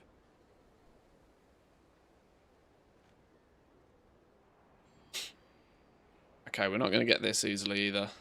Although, considering this is meant to come from ritual sites, I've also done quite a lot of ritual sites, and I've not seen this drop either. Drop rate must be grim. These are all knowledge point ones. Row Walker's Swift Grips. 10k? Do I just spend 10k? Yeah, I don't. If it's under 10k, I don't question it.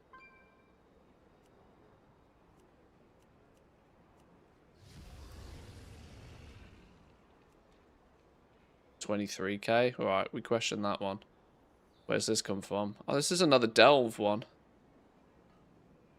Yeah, it's wild. I've done what feels like more delves than a normal person should have done.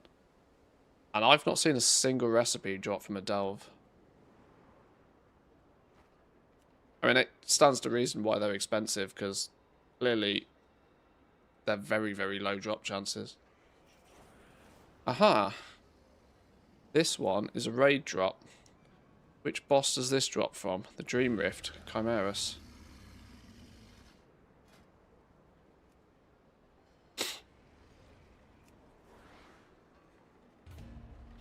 You up for that one too then, please? Let's make sure we give ourselves a chance to grab the... Farmed it so it's free, you know? World Tenders Slippers.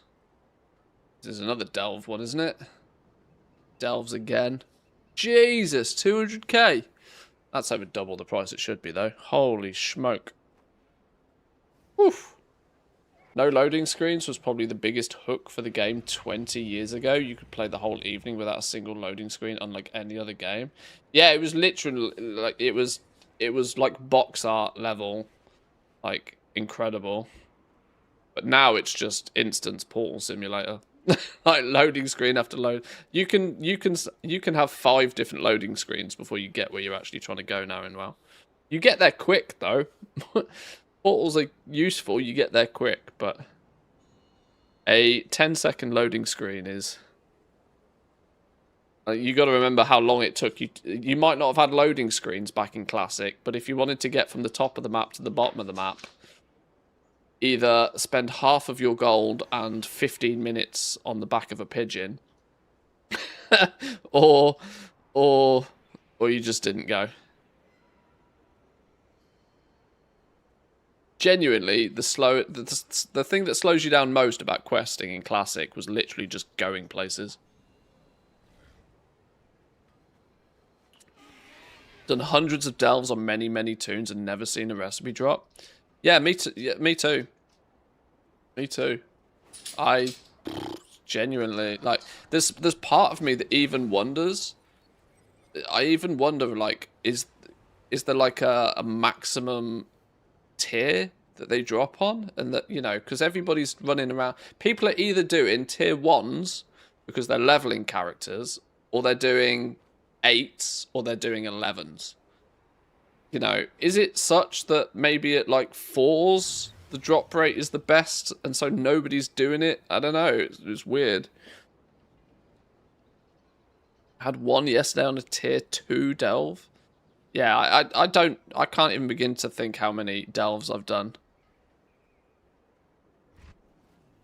Done many 11s 5-boxing it, also 0 recipes. Wow, okay, yeah. Yeah, the drop rate on recipes from delves is just chronically poor.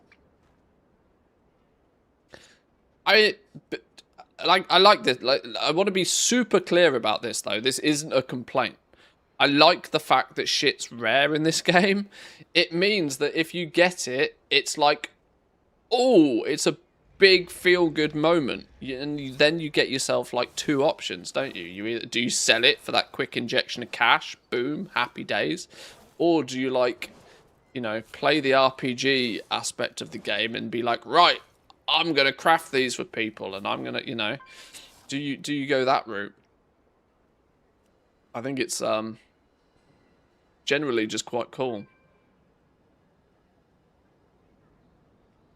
These are all Moxie recipes. How much Moxie do I have? Leatherworking Moxie. I got 1,500 leatherworking Moxie. Surely that's enough to buy all of these. 2, 4, 6, 8, 10, 12. Oh, I've got enough Moxie to buy all of these. Why haven't I bought all of these?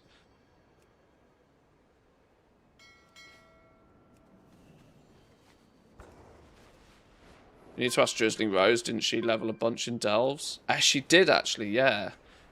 She has done probably more delves than any of us combined.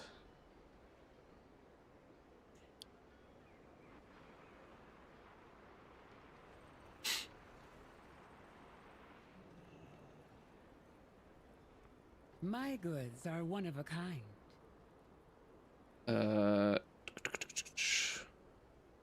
We need that one. 1, 2, 3.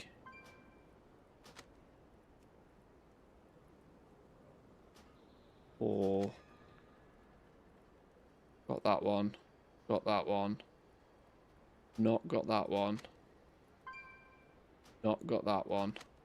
That all of them? That must be all of them, right? Return when you need more.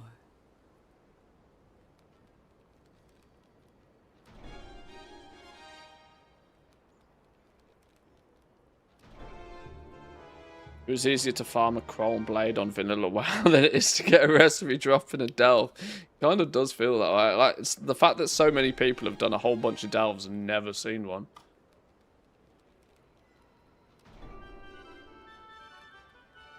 On a wild, honestly.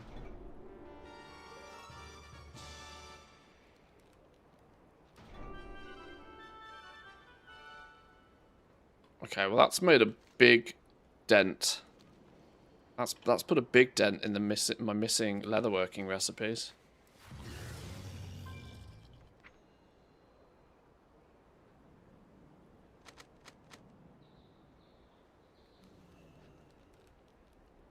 And it didn't break the bank doing it either.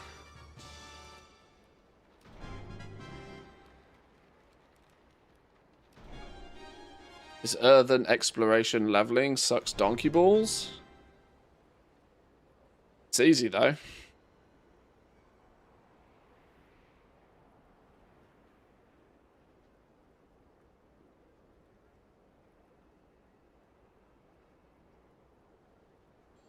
There's an add-on. Are you using the add-on? Where you literally just go exactly where it tells you to go. Get the whole thing done in about an hour and a half, somebody said.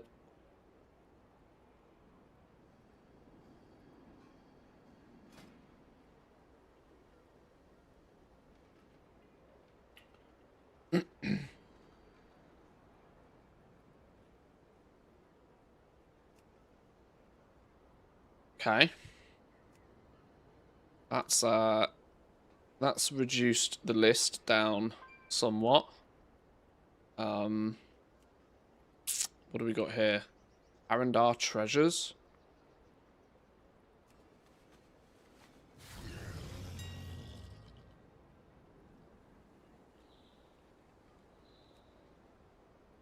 $10K.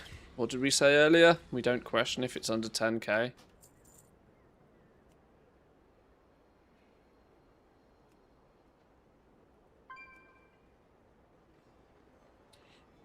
Plush Haranir leather pillow. Well, it should be under 10K. It's just not on my realm. I'll worry about that another day. But it's auction houseable. Once again, fucking delve recipe, man. Jesus. Got here, simple table. Oh, where does this come from? Oh, Moxie. Oh, well, we'll just go buy that one. Arendar. Go buy that one. That's our next trip. Oh, this is the same. Oh, you come from Lorendal.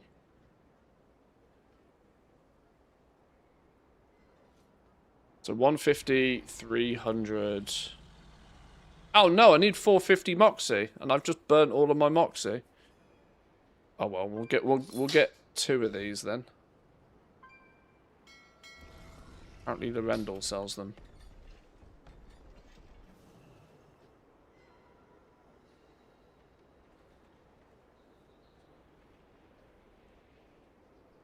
Two hours in, I'm level 14. Wait, what? 2 hours in and level 14? No. You should be, by 2 hours in, you should be done. Genuinely, by 2 hours in, you should be done. You should be level 80 by that point. If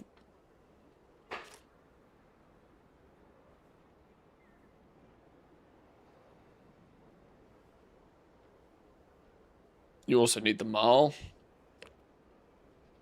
Everything Alright, has we've a got plenty price. of Marl on this dude.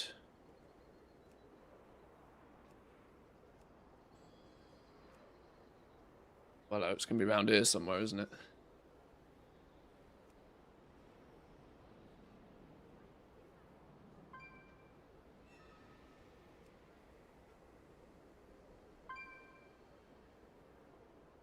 Ditched Haranir rug. That's one of them, isn't it?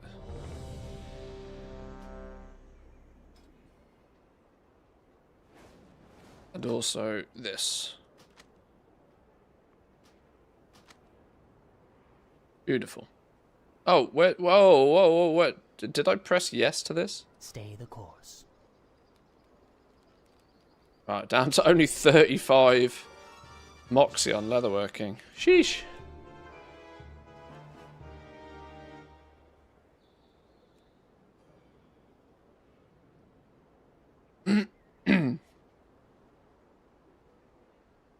The explosion XP just doesn't register. Even though I keep circling. What if it? Oh. Don't know. I've not actually done it. I've not leveled an earthen in a cheese manner. It's going away in 12.1, so I almost don't want to do it because I don't want to try it and find out that it's a really cool, well, not cool, but super easy way to do it.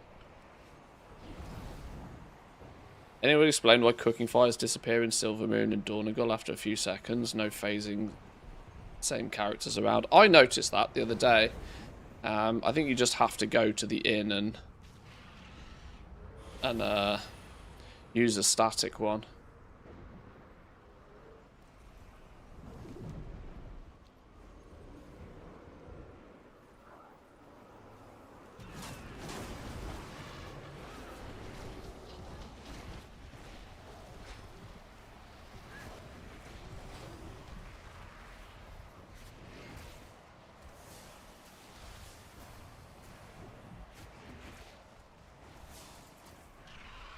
Quickly now!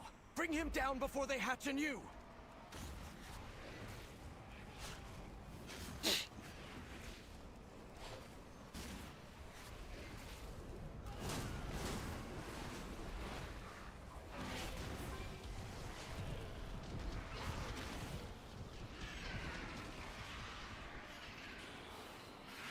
Two halves of a whole. Verisa, follow the light, Phoenix. I'll take the other side.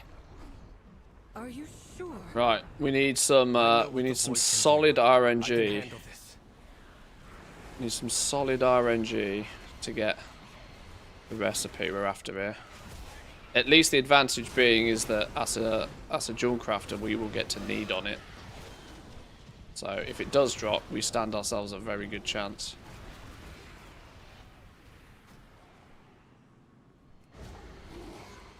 Champions, prepare yourselves. We must stop Belloren.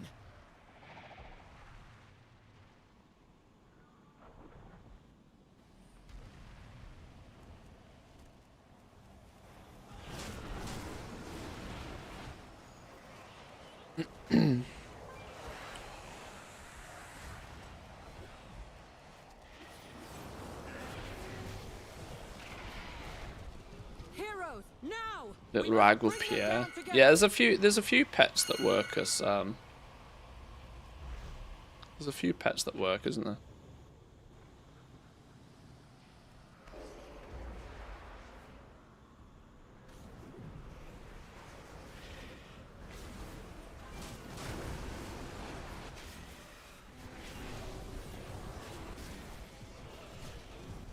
And I know we were talking earlier about having world bosses be instanced. I still struggle to get more than 30 FPS in a raid. Belloren, please! We are defenders of the Sunwell, as are you! The Void. Mother says it speaks During an encounter, that Belloren. is. We are attacking what he was sworn to defend. Although Gonson pointed out to me earlier that Nvidia have released new drivers that appear to have actually done something.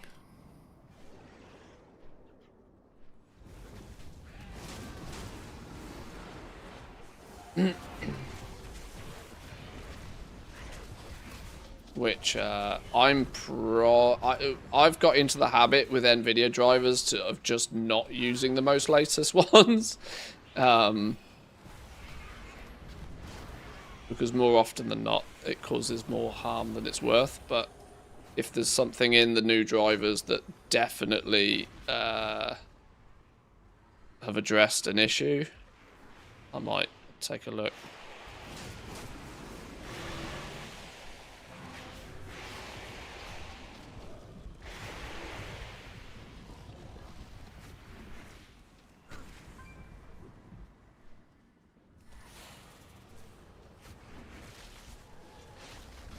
Oh, you know what I haven't done, actually? I haven't done this week's Omnium Folio unlock.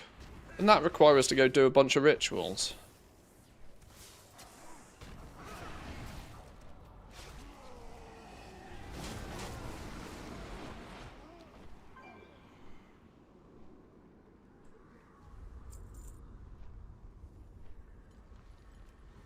If that's the case, we can go do a couple of those.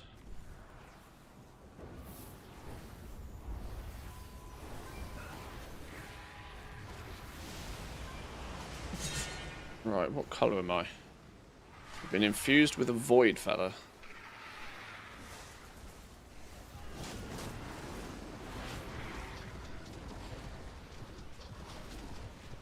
That means I'm blue.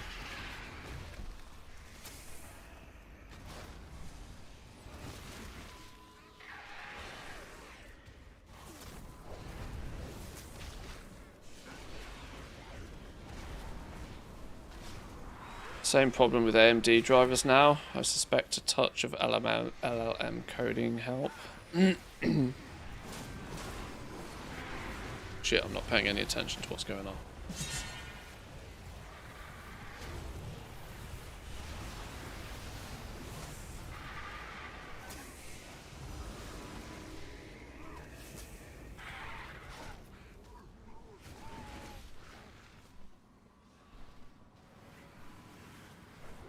I was surprised to see I was on the damage meters for this. Then I did realise I am technically 280 item level on this character.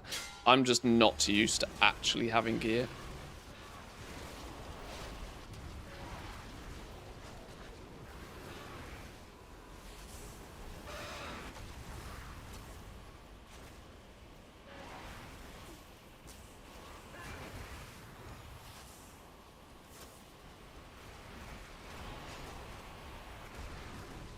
I usually get scared when I'm on the damage meters because it means something's going horribly wrong.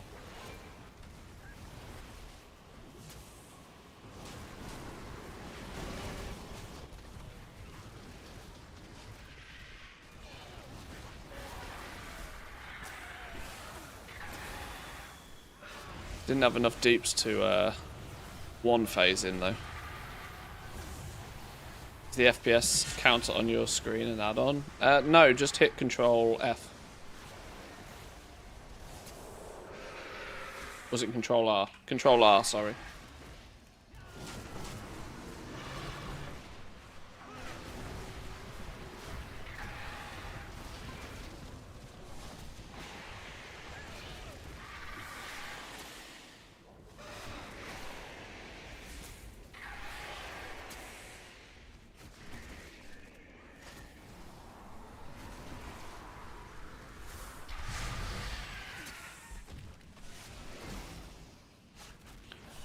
Right, come on, blue pigeon. Give me my recipe.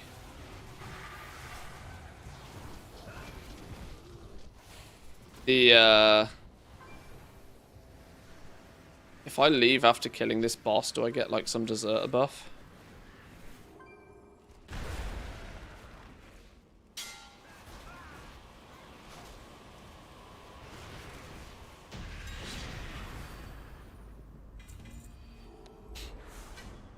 Echoing Void Mantle. In the end, he knew. He sacrificed himself. Can I bonus loot? No need to mourn. Can you bonus loot and get a recipe? Anybody know if you can bonus roll and get a recipe? Is there no end to their armies? Hold the line. This ends now. I'm going to assume you can't.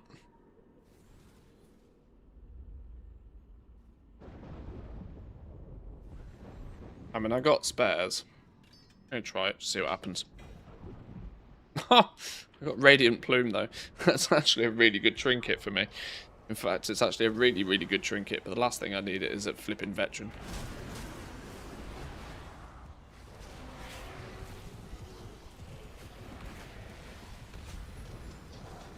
Some people are going to cry the fact that I was wasting bonus rolls, but, you know.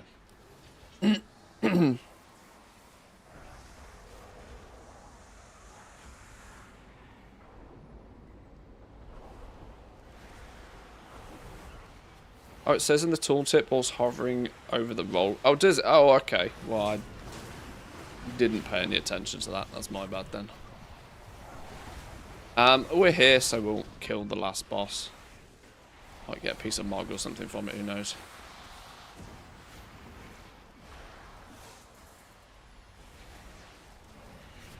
I'm thinking if I leave now, I'll get some Deserter debuff, and then I won't get into the next queue.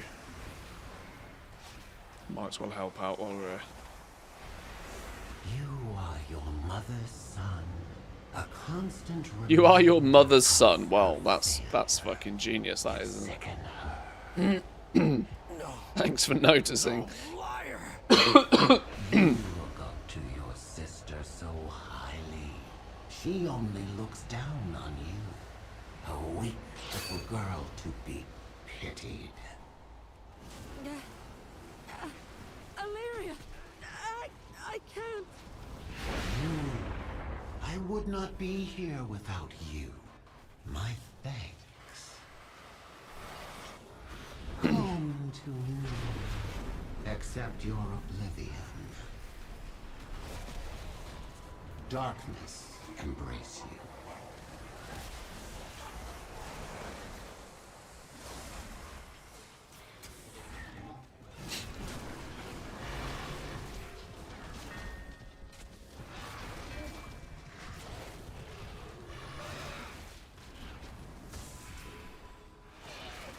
There's still a piece of decor I can get from this, apparently. More. Maybe it's not a totally terrible idea. Pew pew. Please don't give me any of the mechanics in this, because I don't know what I'm doing. The void surges.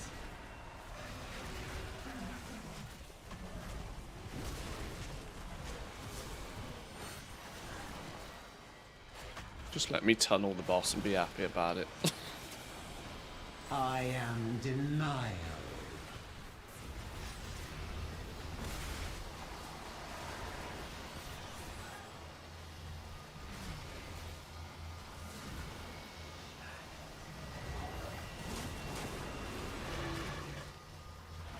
On removal, the safeguard is removed. I don't know what that means.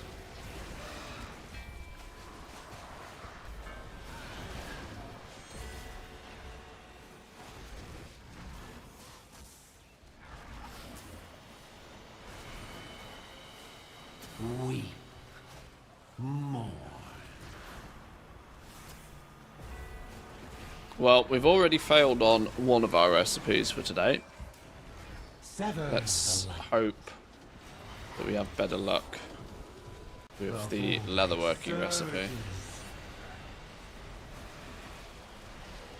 Might just have to put this on the weekly remember to do the LFR boss. Because even I am somewhat reluctant to spend 70, 80, 100k on a recipe.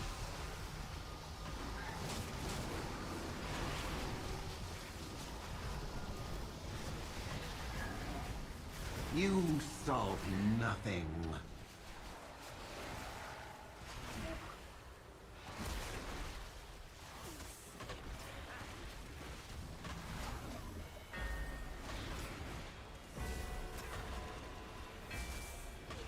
One thing I have thought about doing, it's a bit of a brutal challenge, but like an entirely solo self-farmed kind of like token challenge or something. So, you know, if you're going to do any crafting, you have to farm all of the materials yourself. Because, of course, as you farm them, they're free. But, like, I think it could, there's part of me that almost feels like I need to do a little bit of that on the NA account. Because having so little gold on NA, This is a certainty you I'm, must embrace. I've almost felt sometimes for leveling, for the purpose of leveling professions, I need to just go farm some, do some skinning or something. Slice of shadow. LFR doable, haven't touched that in ages. Last time around it was harder than normal. I mean, I think it's group dependent slightly. Most LFR bosses, as long as you've got a couple of people in the group, preferably your tanks, that at least have some idea what they're doing, you'll be fine. When you get players like me who know absolutely fucking nothing, and then are in a primary role like tanking,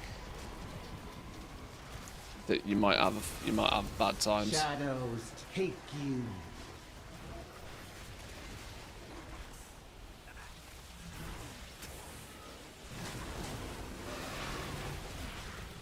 Darkness swells.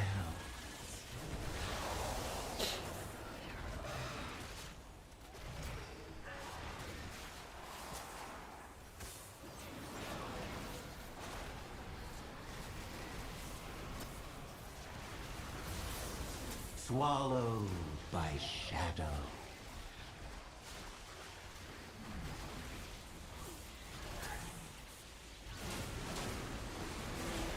Oh, well, my auctions are expiring. Should do something about that in a second as well.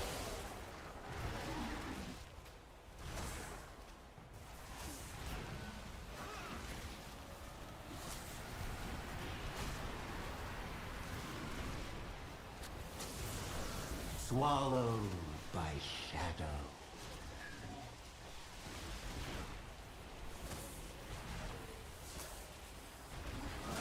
Well, she dying. Darkness. Not particularly very quickly, but she dying. You cannot stop what has begun. You cannot end the ending. Midnight falls.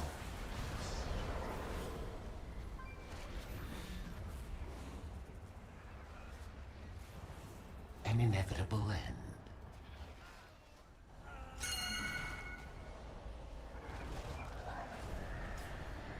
Your efforts With are these the two bosses, absence you've of done more reason, LFR than me on of all light, characters of combined. light. Looks like we're wiping here as well. Fun fact. Unless this mage is able to The solo it. sun falls. 4% wipe on LFR. Lovely. Where's that one blood death knight that just refuses to die that solos the last boss? Oh, 4 million damage, 2 million damage, 3 million damage. No, I think we're toast. Night is infinite, eternal, inevitable. Let it embrace you. A literal 1% wipe in LFR. Lol. This was the only outcome. You win some, you lose some.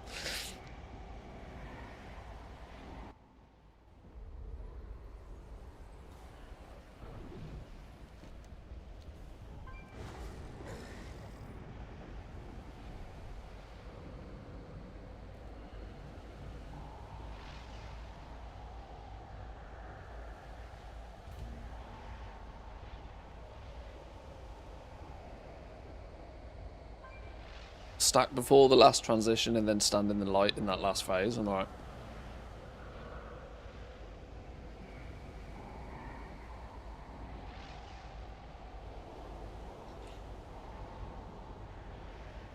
Will do. God, what's going on? My name has been mentioned in the. My name has been mentioned in the family group chat. What's going on here?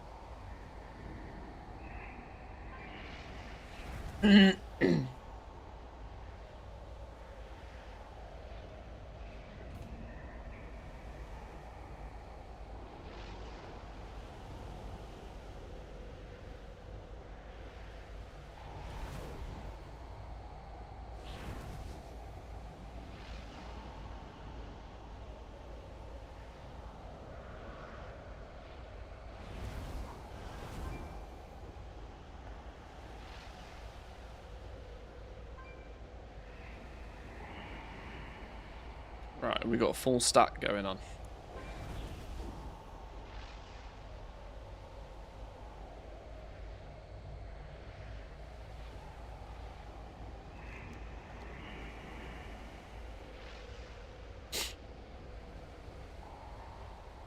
Right, ready for the world first LFR kill. We got this. We got this.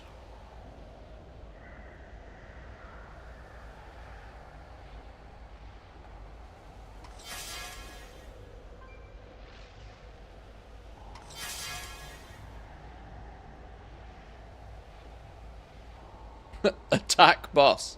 Yes, that is how we win. That is how we win. Where's our tanks?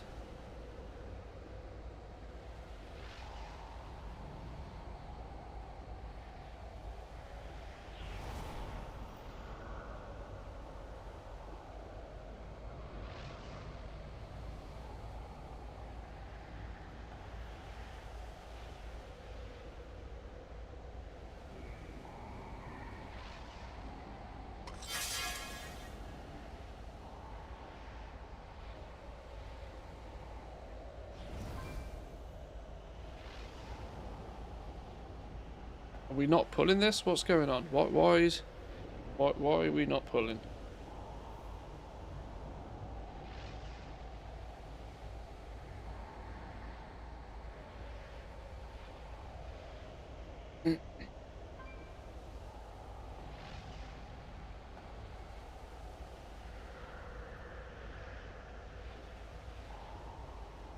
Darkness. Oh my god, we've pulled. We've pulled. I'm not ready. I'm not ready.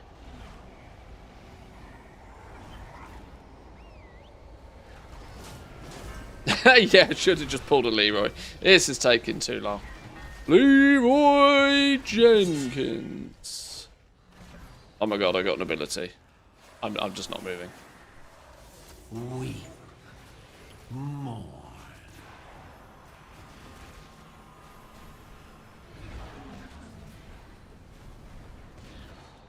Sever the light. The void surges.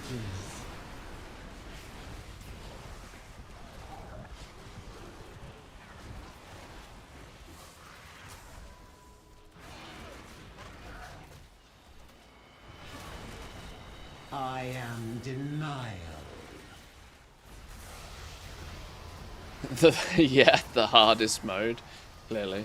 Are you meant to interrupt these to make them go away?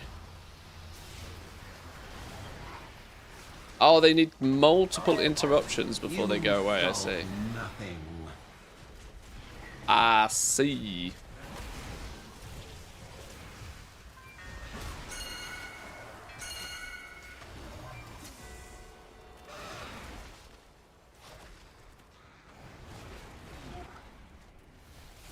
Ah!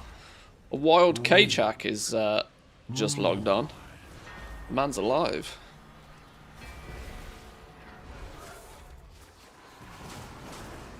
Clearly a work from home day in this weather. The void surges.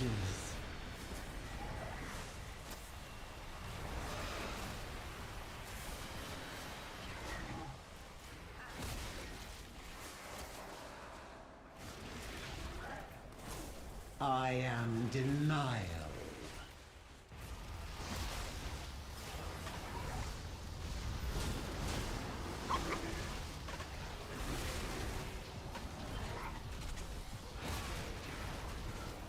You solve nothing. Just to make sure 300 million's worth of mailboxes don't expire. Yeah, probably. Probably. People violently underestimate just how long it takes to like manage auctions across a whole bunch of different realms. I've only ever done it on 80 realms, which is just the EU account, EU servers. K-Chak was doing it on both EU and NA, and was having to basically 9-box it to get it into a manageable amount of time. I was doing it on 4 and was definitely thinking it took too long. The darkest of tides. Darkness blooms. This is a certainty you must embrace. Shatter in shade.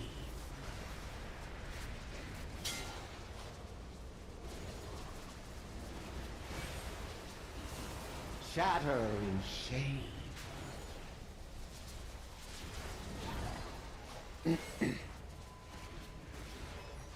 Enough. Turns out I'm a derp. I'll have to remake my first Earth and not use the stupid warband ability to learn all flight paths.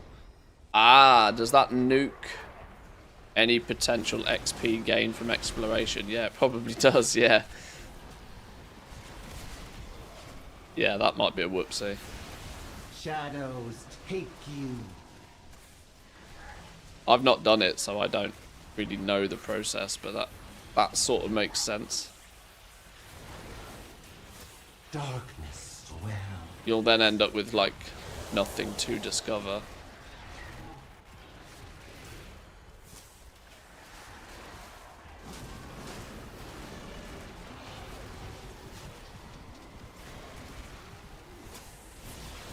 Shadows take you.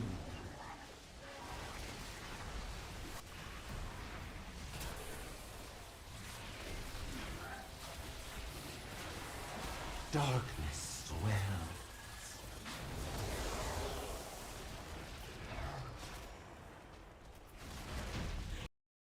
Headshot. Boom. We've won, but the dark well remains. Amulet. Rock here cannot Amulet. simply It's a be bit greedy to undone. need on an amulet, The isn't it? light is A almost little bit consuming cheeky it. to need on an amulet. I barely feel the well's What was power. this? We can't Well, leave it that like does this. actually potentially The give me wounds the Mog, void so left I'm going to behind annoy must people on be that one. healed.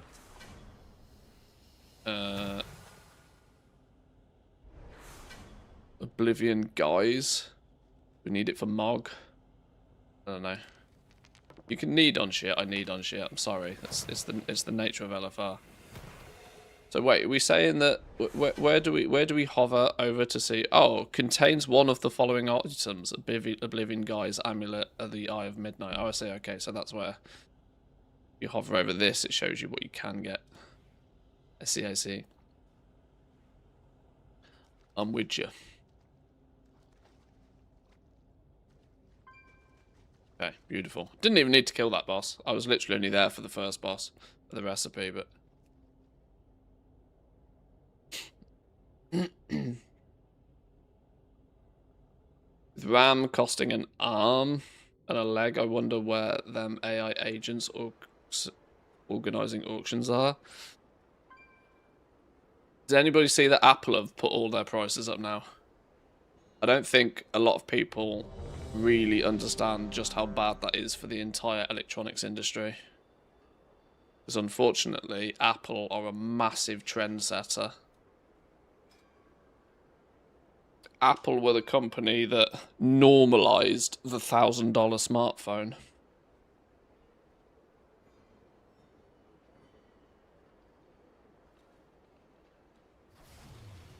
If now even Apple have taken this excuse to put all of their prices up, you can bet your ass everybody else will be like, ooh, there's an excuse to put our prices up even further.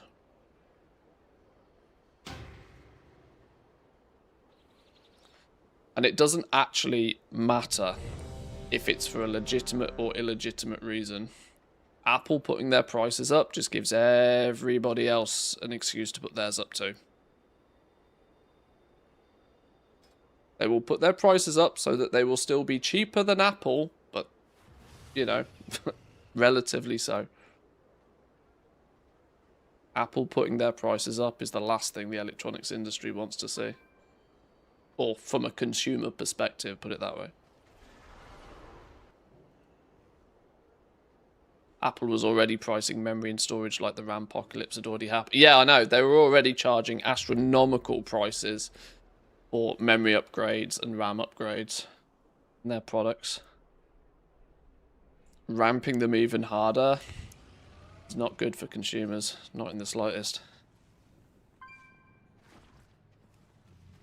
Not even a little bit.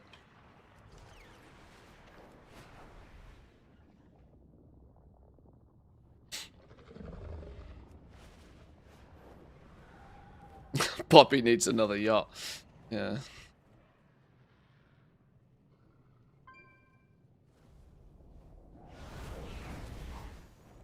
Right. Could do with a World Tender's Bark Clasp. That's the reason we're here. We could do with one of these. Game, if you're listening.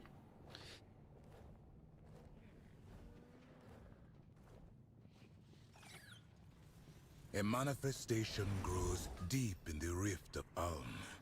If it is not stopped soon, it could destroy Harandar. Even the Shulka cannot reach so deep in the rift without risking our end in the madness. But you can. Slay this malformed creature before it threatens lands beyond the rift of Ulm.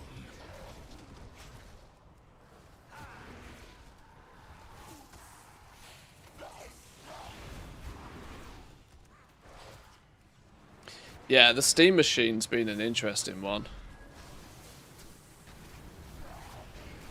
The fact that it's twice the price of a PS5 and barely performs half as well is a very interesting take. Now, I know it's not uncommon or I mean, should I say, I'm pretty sure it's common knowledge that both Xbox and Sony price their consoles as basically loss leaders. I mean, it always used to be, probably not so much anymore, but it always used to be that they take a loss on the cost of the console, and, you know, they make up that cost elsewhere. It's like, it's market acquisition, you know. Sony and Microsoft have always had the incentive of pricing their consoles as cheap as they possibly can for market share, right? Microsoft wants you to buy an Xbox. Sony wants you to buy a PlayStation. Once you've got the console, you buy their games, you buy their accessories, you sign up to their online service, right? It's the price of the console's a loss leader. And it's also another one where the Steam coming out with the Steam machine being a very, what appears to be a very average gaming PC in a small form factor for over 1,000, like, you know, it's console level hardware at custom PC prices, only gives both Microsoft and Sony the opportunity with their next generations of console to go, right, this console's 4 figures now. You know, once that barrier gets broken, I don't think the Steam machine's really going to compete in the console market that heavily, but it sets a tone. It sets a tone. Benefit the Steam machines, you get to target spec to optimize. Well, yeah, that's it. From a game dev perspective, this is where consoles have always won, in that the devs know exactly what hardware they're creating their game for, which in theory leads to better optimization of the games. The difficulty is with it being priced as, it being targeted as a console will give both Sony and Microsoft another easy opportunity to go, right, the next PlayStation 6, $999. PlayStation 6 will be $1,000. I'm dead. What the fuck else is going on here?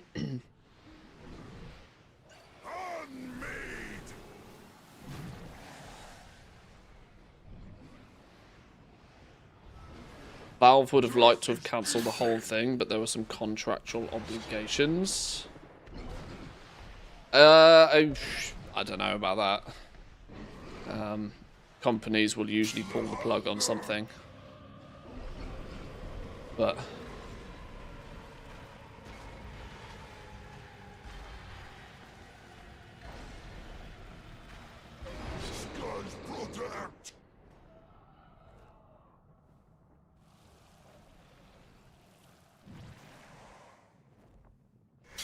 I think we had a Demon Hunter tank that didn't taunt.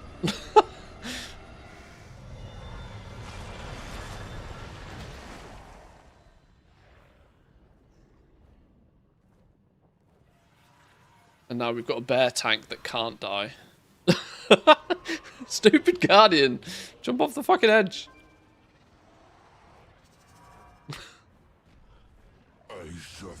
Bear tanks just don't die.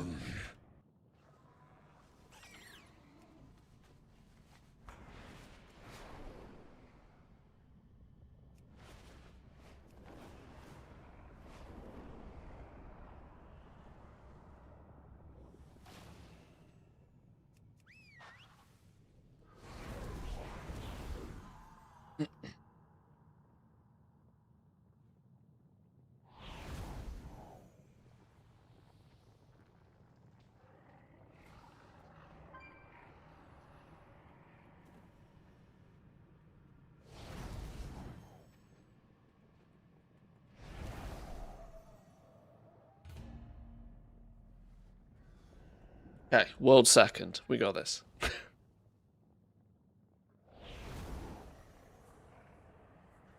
Well, after suffering through this, we surely must just get the pattern.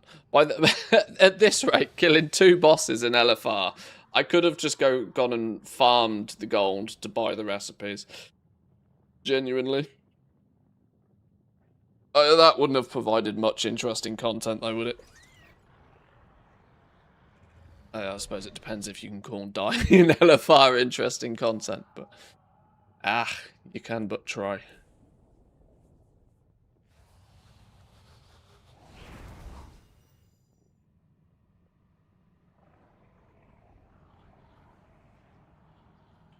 She forgets us all! Right, we're off. Feel my pain!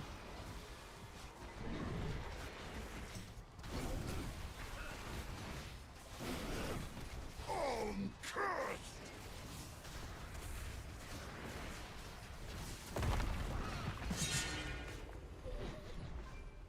Oh shit, I nearly disengaged off the map then. That would have been funny, wouldn't it?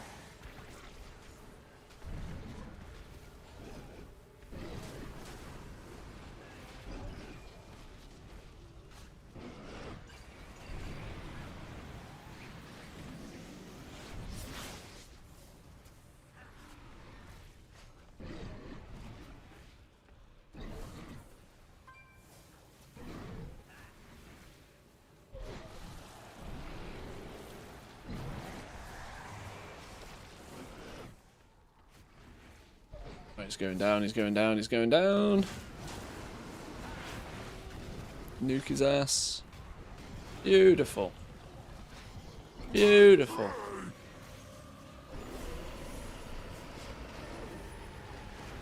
Holy shit balls on top of the DPS meters. Oh god. What's going to wipe us next then? As I do! Well, I'm not in Spirit Realm to cheese the meters on these ads. That's on somebody else.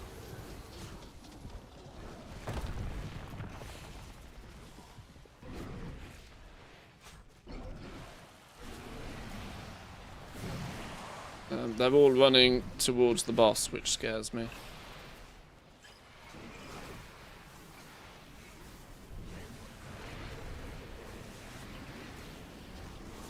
Nukage! Take the strength!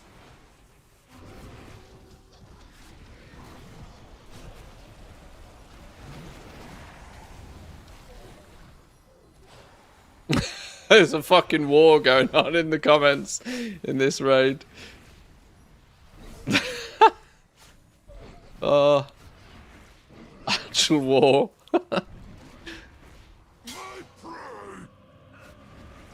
Nothing beats a bit of aggro exclamation mark.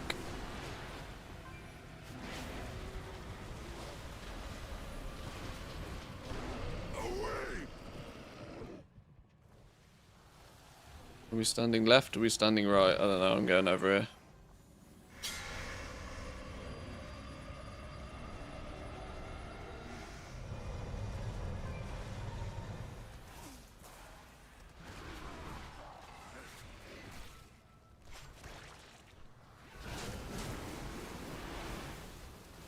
Quick, get out of there, top DPS. I know.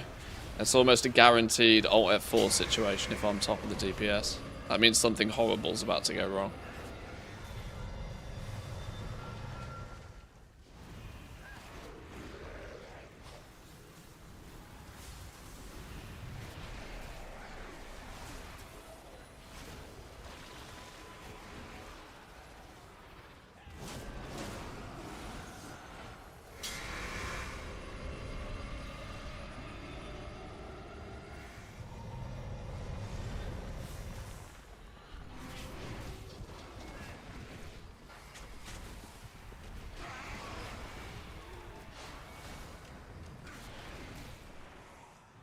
My prey!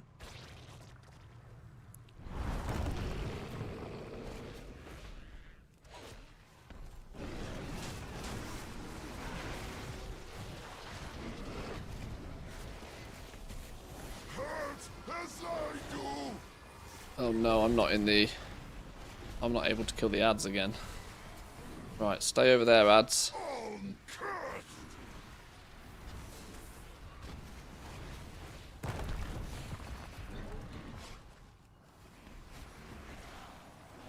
Oh, they're all coming. This scares me.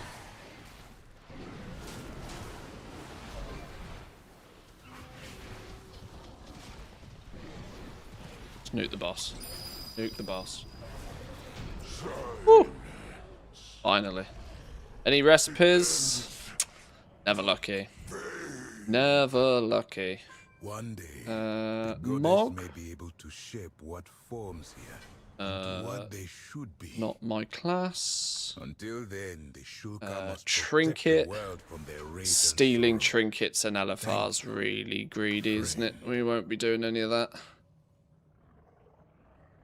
Okay, never lucky. We tried.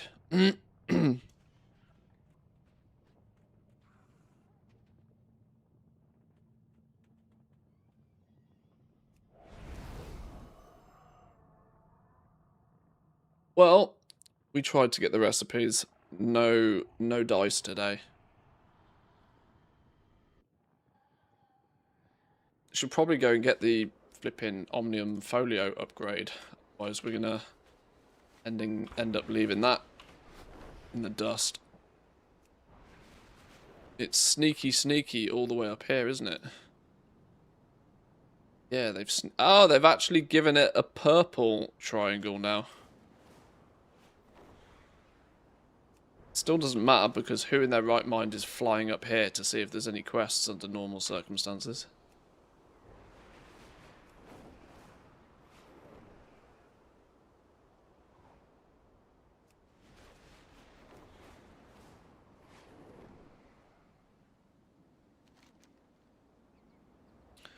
Week 2 of 5. I think we, it's 3 rituals, isn't it, this one? Is that what it is? Where the fucking hell is it?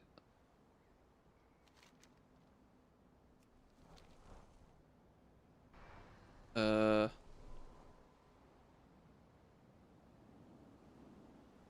it in here?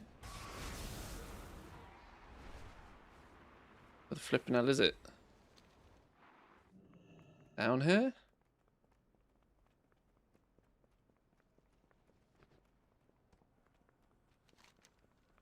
There it is, at the back of here.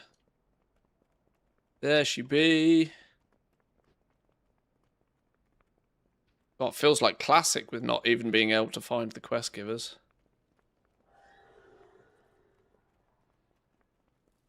To install Questy, quick. If only I had Zygo. Greetings, traveler. Okay. Collect 8 ritualized arcana.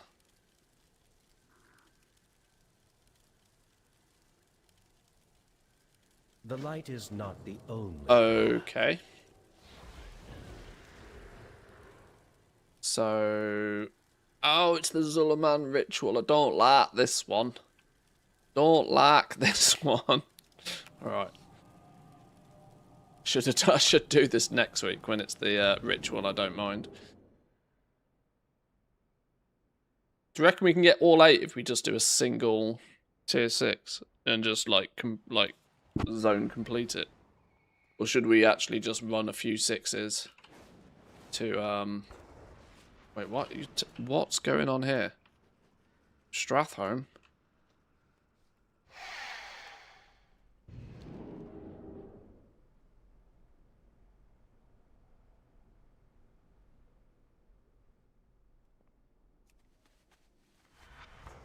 Oh, and then fly from here. Oh, that's kind of clever. I've never thought about doing it that way. There's part of me that kind of forgets that the new zones are just remakes of the old zones.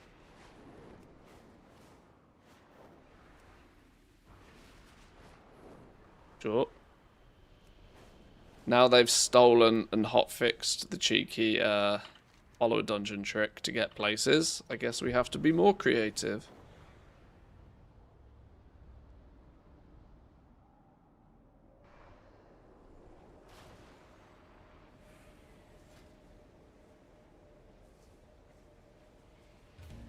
I don't think I've done the Broken Throne on 6 on tier 6 though, actually thinking about it.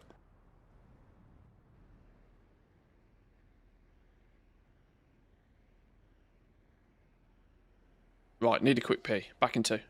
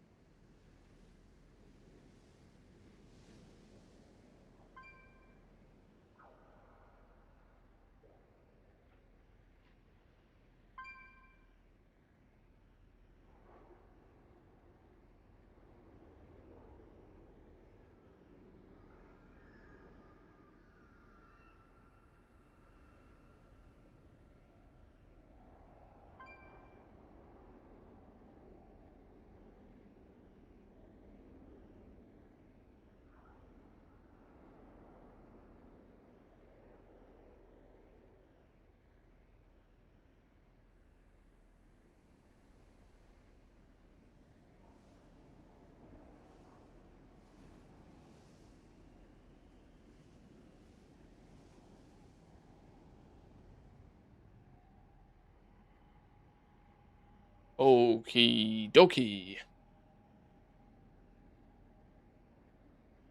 Righty, so we need 8 ritualized arcana, but we probably have a few things to claim from in here anyway. That is chewed meat. Summon pet chubs at the meat piles. Defeat angry Armani warbear. Once it turns friendly, feed it? What the fuck? I need 5 practically pork. Do I have any pork on me? Ah, loads of pork, mate. Loads of pork. Maximum porkage.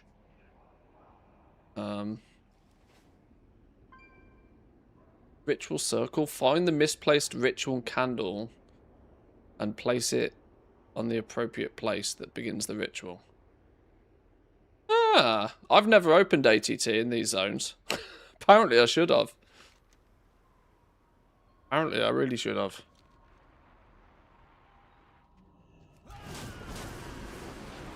Right, let's just get to killing.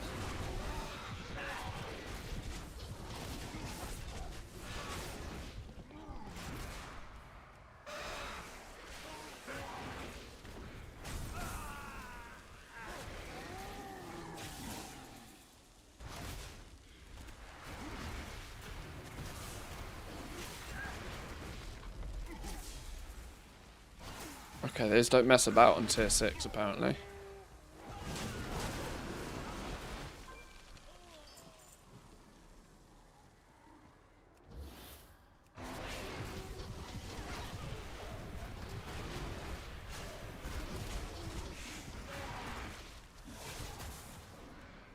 Oh my god. Don't stand in that.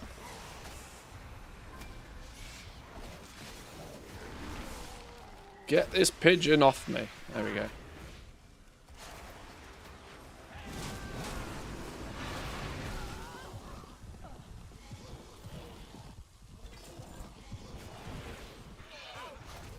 Oh, 1 ritualized arcana. Well, that's a good start.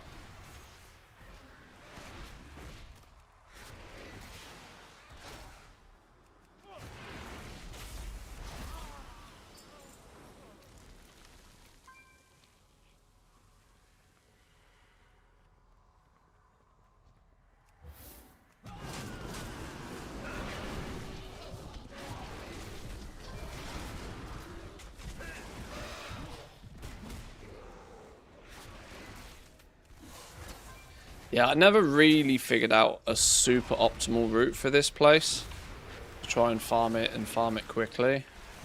I got my runs down to about sub 15 minutes comfortably in here. So I could squeeze in 4 runs an hour.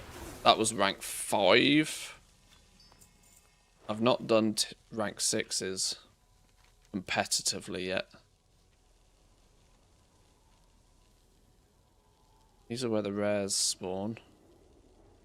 What was it saying about this chewed meat piles?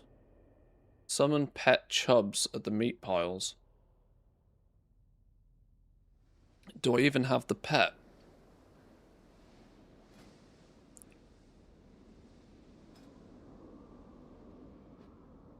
Oh, well, there's our first problem. There's the first problem.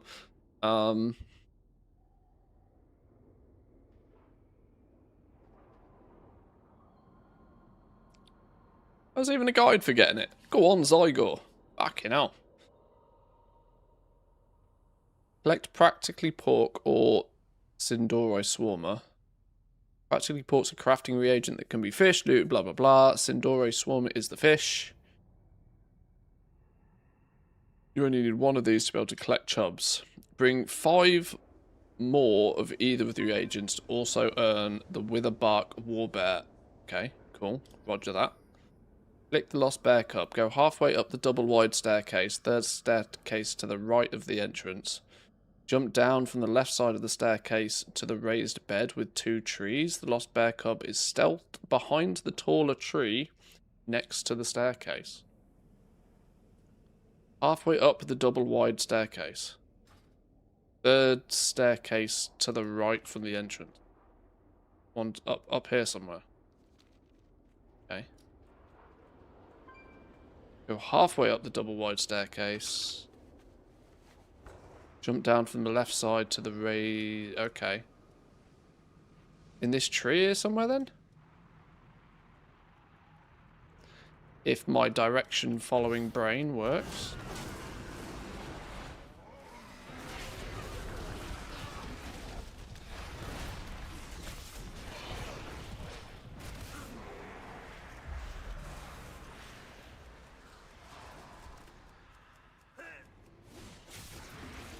Okay, that fear is going to be absolutely tragic.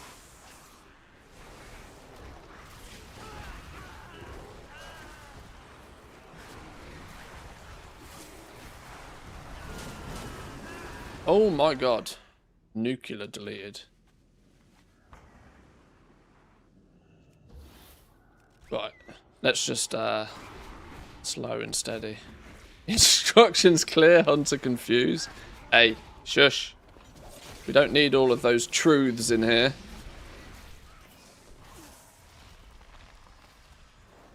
Keep that factual information to a minimum, please.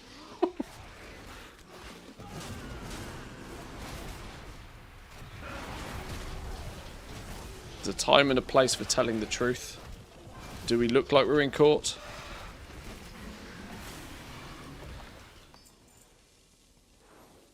Court of public opinion, if nothing else.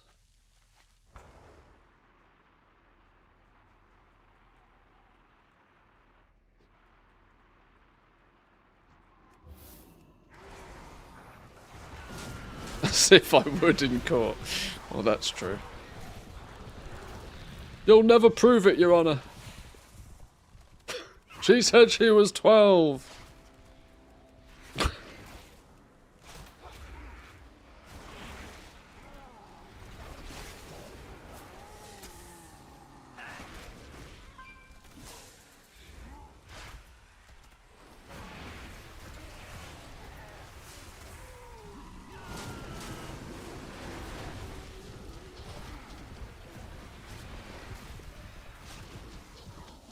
Why are you using that example?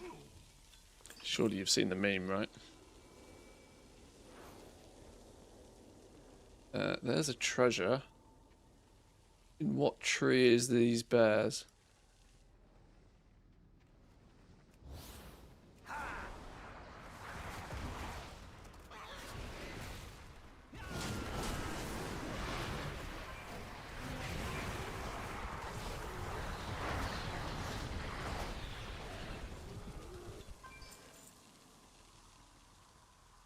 grab you.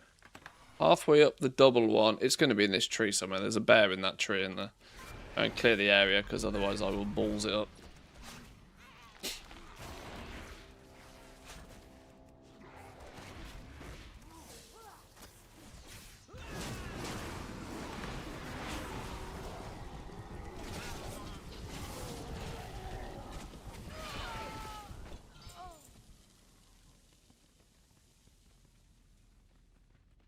Jump down from the left side of the staircase that is raised to the 2 beds here somewhere. Lost bear cub is stealthed behind the taller tree next to the staircase. These short-ass goblin legs don't allow for this kind of shenanigans. Hello?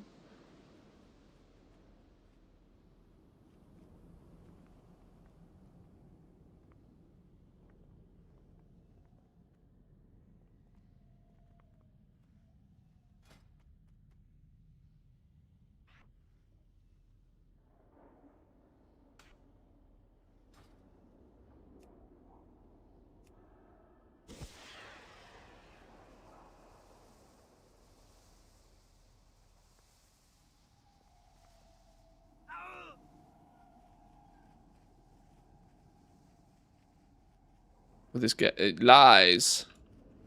I no see no bear.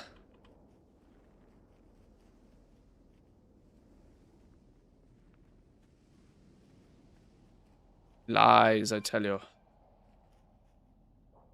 Behind the bigger tree. Lost bear cub is stealthed behind the taller tree next to the staircase. Wait, fucking end.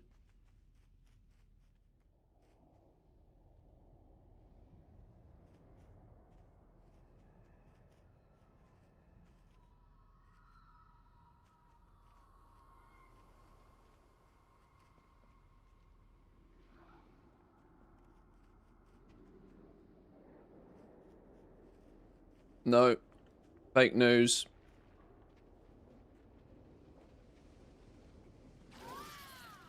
Oh, I pulled aggro on something. Hang on.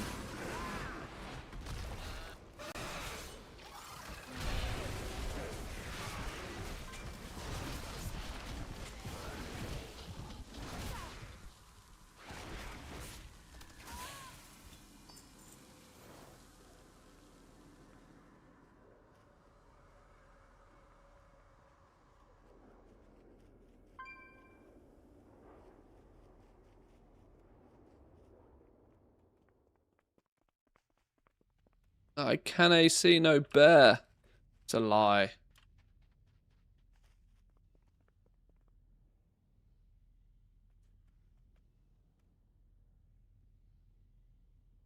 Don't you have to kill a mob first?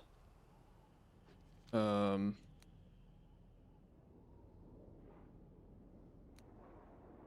apparently.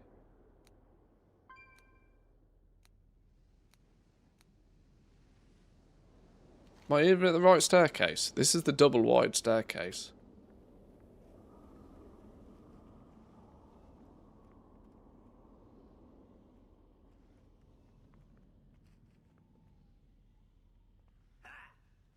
There's a misplaced ritual candle. That's another something.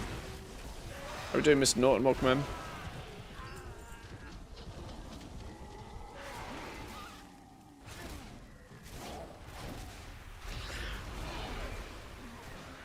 I'm presuming you click on the bear when it's stealth, then it asks for some food and you give it the meat.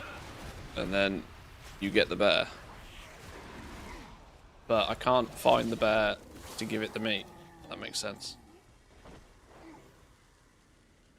Well, let's see what's going on here. Find the misplaced ritual candle and place it on the place. Avoid corrupted eagle talon. Well, that's over here. Yoink. Put that on here.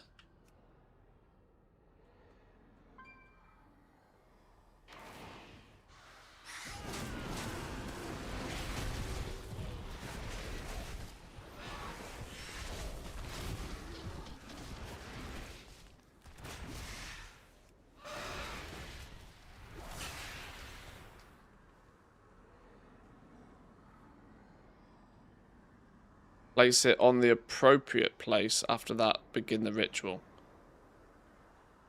Was that not the appropriate place?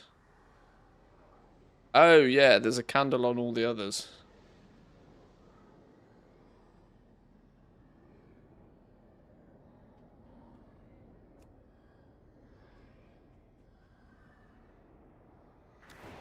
Ah, clever.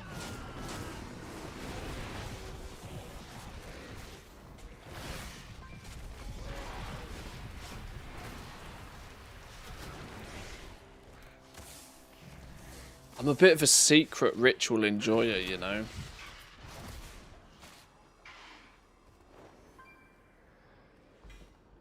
Boom!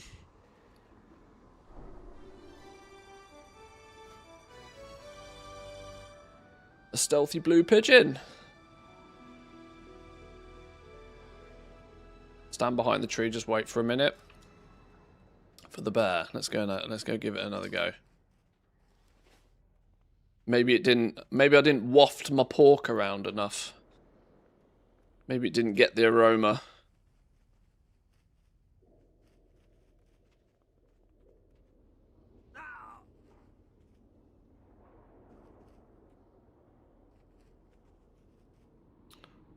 You drop a flare.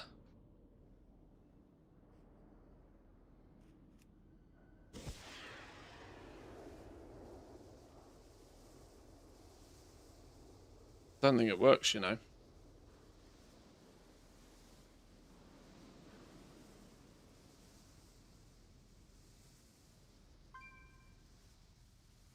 Is your pork next to your big snake you keep behind the belt? Ah, that's in 12.1.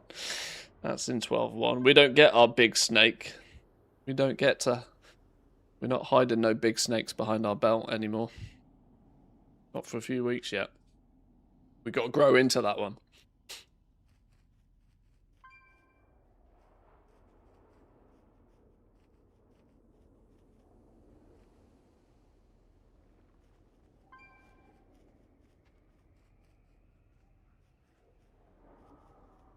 Do you have it already? Now this would be funny if I casually already have it. No.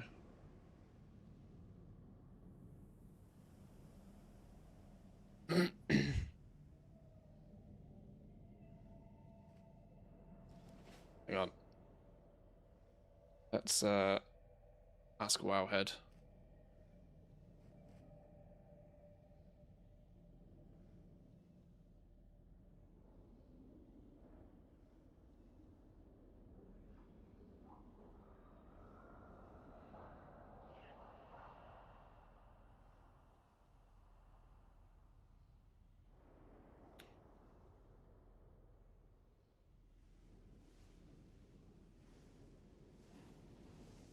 Ritual site needs to be up on the broken throne. You need to enter on difficulty tier 2 or higher. You find the lost bear cub in stealth behind the tree. Talk to him, feed him some pork. The pet will go into your bags.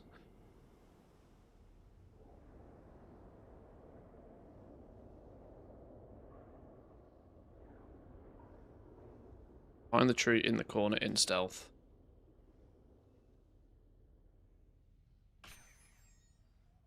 Oh.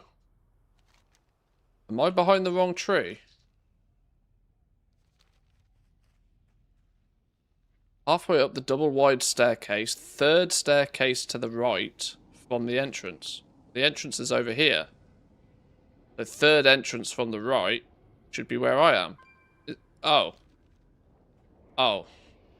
Instructions unclear. We behind the wrong flipping tree. Is it behind this tree? Look.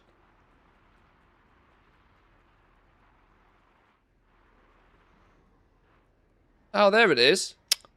Fuck a duck. Hello.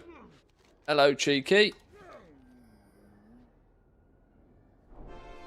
Boom. Okay.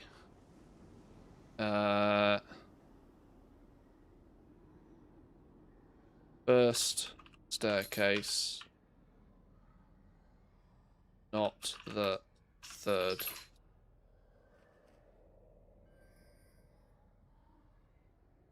Right, well, we got it. We got Chubs. Witherbark Warbear Mother. How do we get this then?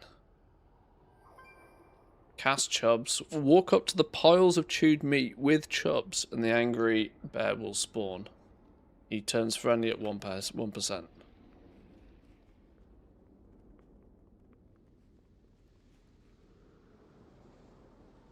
You do not have a pet. What do you mean?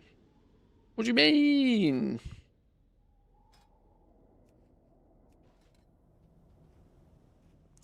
Right then.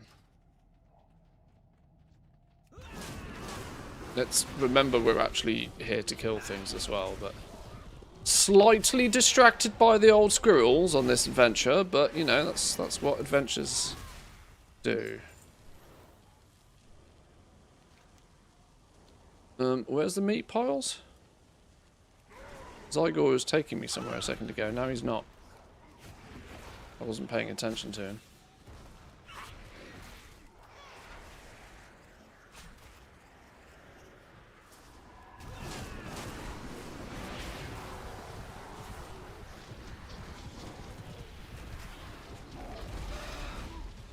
How do you, Mayor? Welcome in.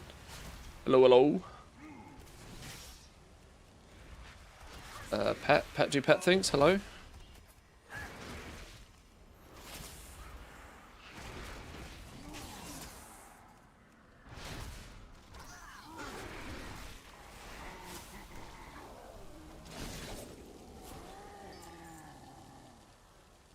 These meat piles over here. Get you out the way first.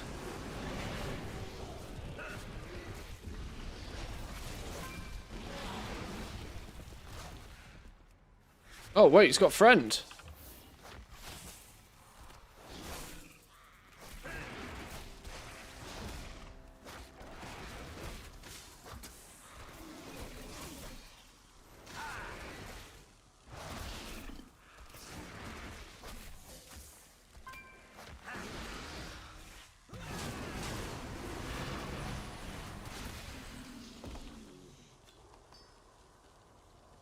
Good for the dark particles as well, this.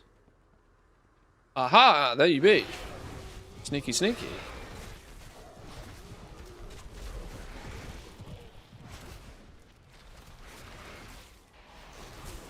Yo, a pet and 2 mounts in one run. Winning.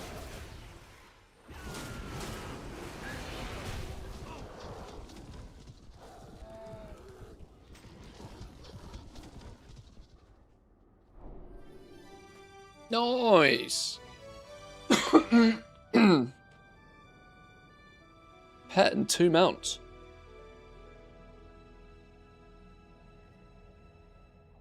That wasn't on the cards, but we'll take it. Close Zyger up for now. Right, let's now actually do the ritual and get the ritualized arcana that we were kind of here for in the first place. That was just a side quest.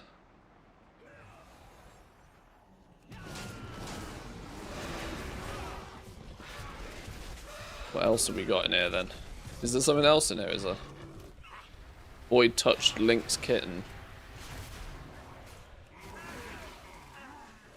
That's when you really... Yeah, imagine doing all of this and realising you're on the PTR. That would actually be my luck, to be honest. Welcome in, Mr. Wu. How we doing? Shit.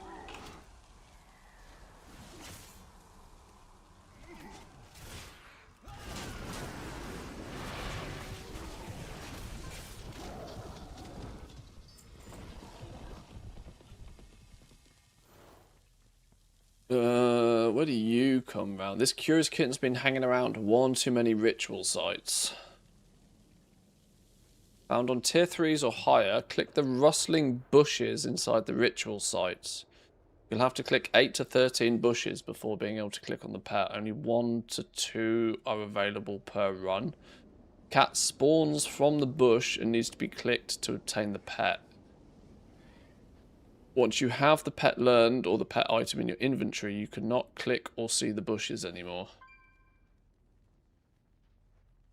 What does a rustling... Alt right click for waypoints. Oh! Well, that's fucking clever, isn't it? That's seriously clever.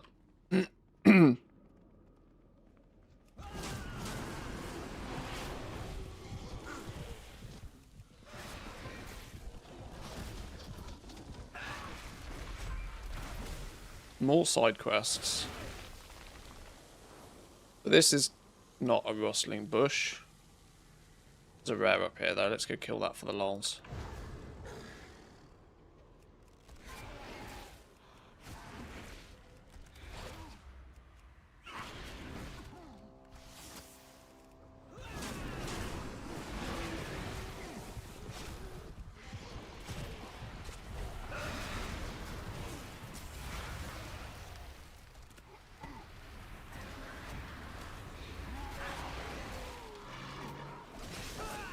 Oh shit, I didn't move. Oh, he like literally one-shot me, I swear. Woo! Yeah, that is literally a one-shot. Oops. Don't stand in that.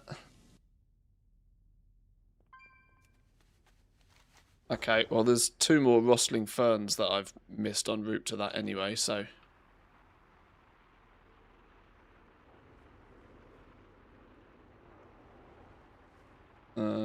Rustling fern? Negative. Should we actually do it properly and kill the mobs that are buffing everything? Don't technically need to, I just need to play the game properly, but it's not always my strength.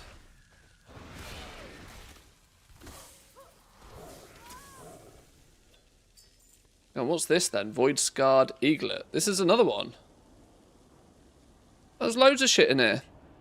How have I not paid attention to any of this?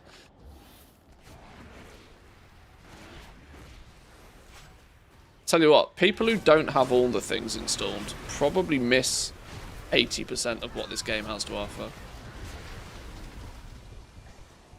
That still doesn't mean I'd recommend you install all the things though.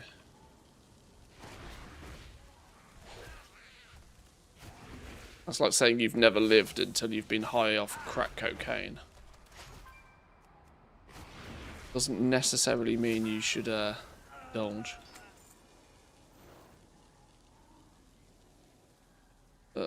Any bush? Any bush?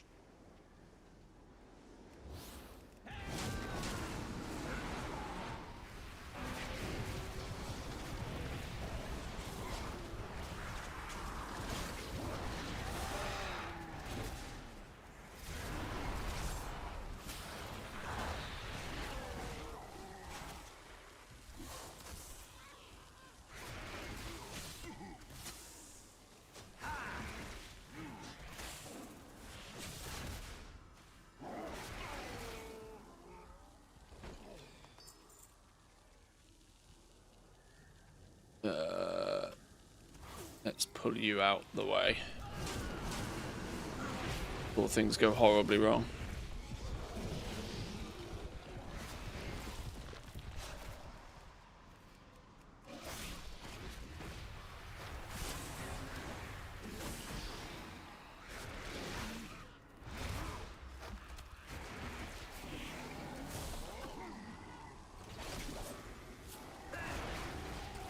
Ow! Ow! Dying.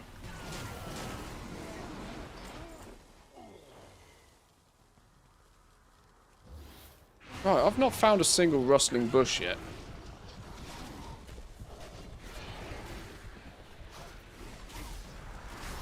Is there a bunch of pets and mounts in the other one, by the way? Oh, there's piles of moss or something on the floor in the other one, isn't there? That are meant to award a mount or something. I remember that from week 1, and I completely forgot about it ever since.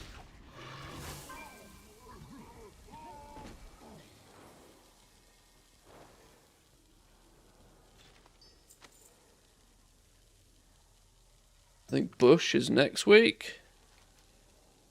Well, it says something about these putty cats hiding in bushes.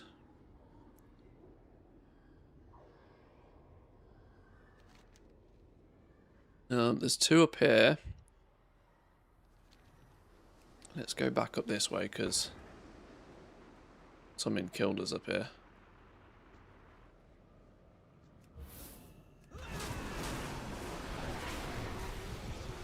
Pick your timing.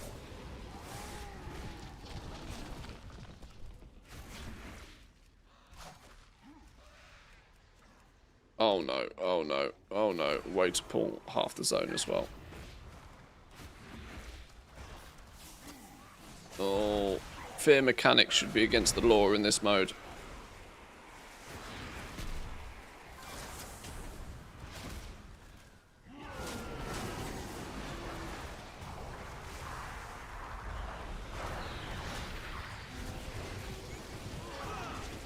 Kill the pig!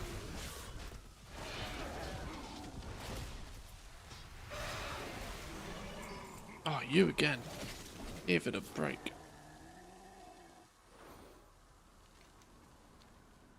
Right, can we... Is this dude gonna have... Yeah, he's got full health again. Alright, don't kill me twice. Be nice. Must remember, one of those mechanics is a one-shot mechanic. This thing. Don't stand in this thing. Oh, it fucking chases you. Jesus.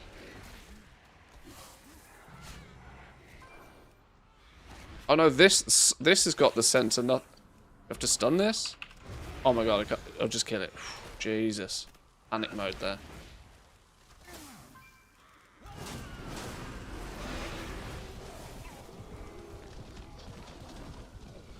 Ruined.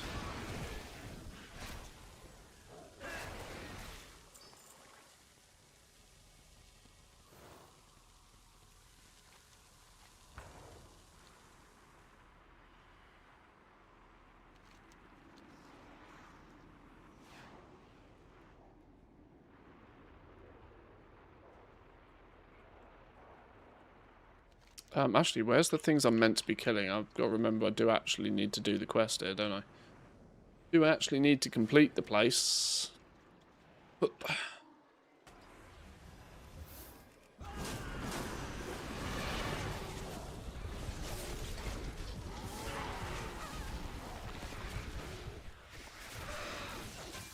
I don't remember the tier 6 in last week hurting as much as this one does.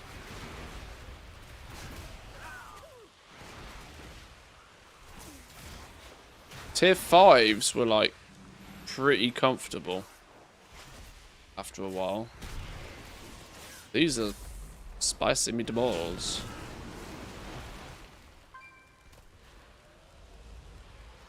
Hello? Why can't I attack it? Die already.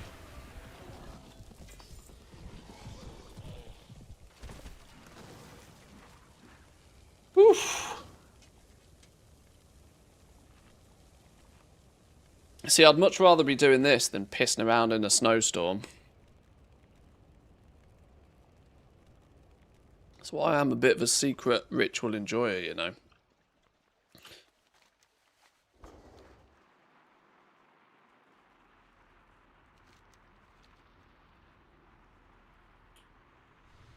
Oh shit. Oh my god, that was gonna hurt.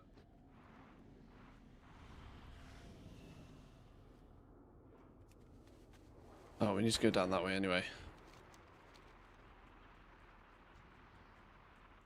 Get rid of you lot first. Get rid of the friendlies. Hungary's just had a heat wave warning. The next few days it's gonna... Well, I mean, it's hot as balls everywhere else. I refuse to leave the house. Yeah, just refrain from leaving. This is my home now.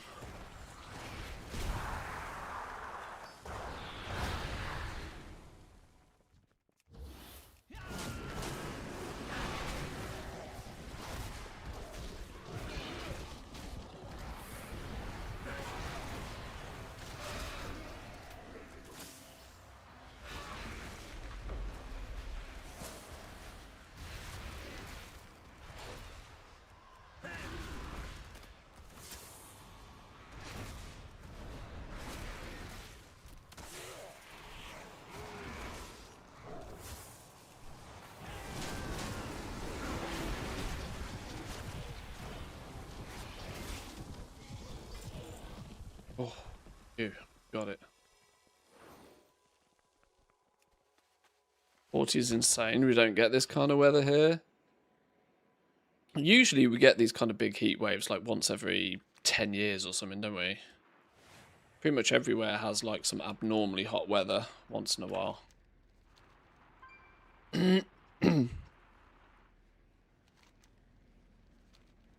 Nice spot, a rustling bush. I don't know how clear these things are meant to be. No, sneaky this way. Avoid the traffic. Rustling fern. Nope.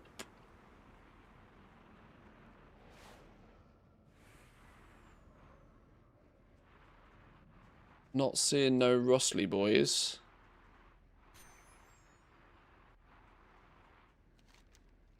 Must be over the other side. 1, 2, 3, 4, 5. Loads of locations over the other side.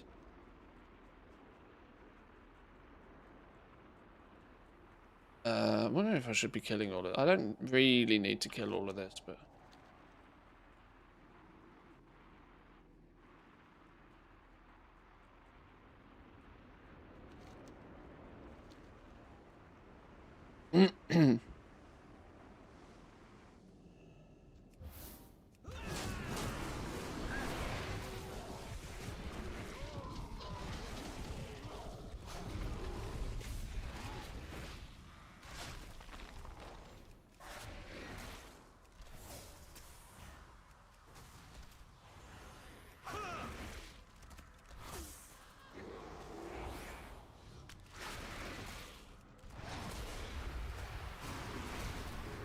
do pet things. Scared. Oh, we got deleted. Hello. Like that.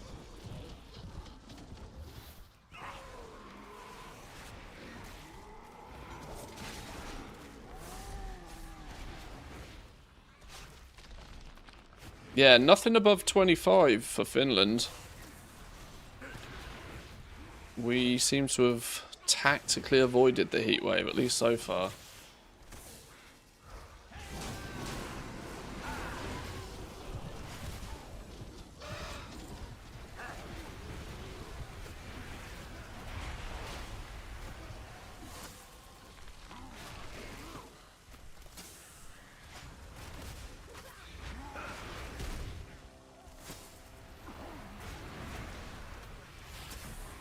Monday may get me 29. Starting to get pretty hot then, yeah. It's Friday, so it's probably about time for me to give a bit of a heads up to what's going on next week. Next week's a very short week for me, or for you, however you want to look at it. There'll be a stream on Monday and Tuesday, but that's it next week. Some of you may or may not be aware, I had my 10th wedding anniversary last week. And instead of like doing anything on the day, we booked a small mini getaway. We don't really do like, we're not like a big holiday kind of couple. We're quite fortunate that we have access to a communal sort of summer place. So we often utilize that a lot in the summer and in turn don't do really holidays. But we are doing a little 2-night mini getaway next Wednesday to Friday, so there will only be a couple of streams next week. Monday, Tuesday. Tried to I deliberately delayed this a week so it wouldn't clash too much with patch stuff.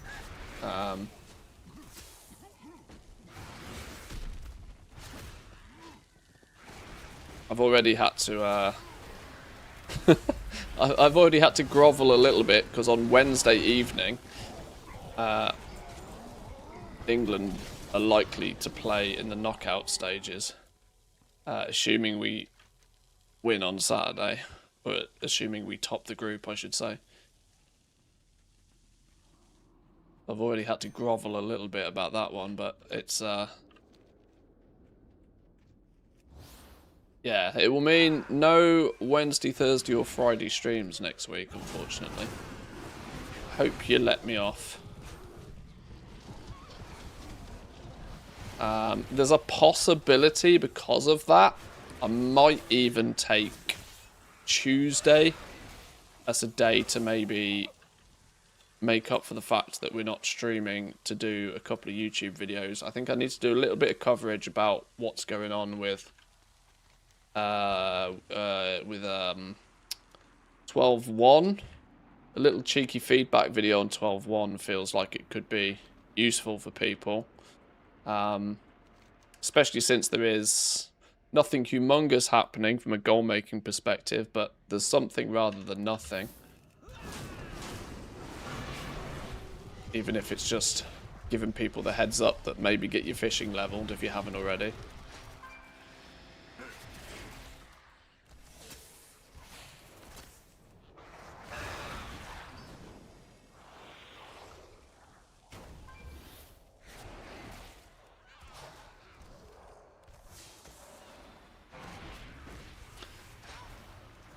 The Netherlands cancelled their biggest hardstyle festival. Started Wednesday. People got sent home. Some on riot from the festival grounds.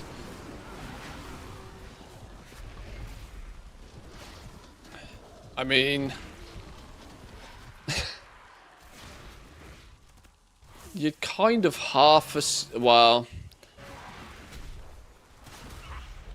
yeah, cancelling music festivals because of hot weather seems a bit odd. But then again, hardstyle has a bit of a reputation of being sweatier than most. I can see why that would vex people, though.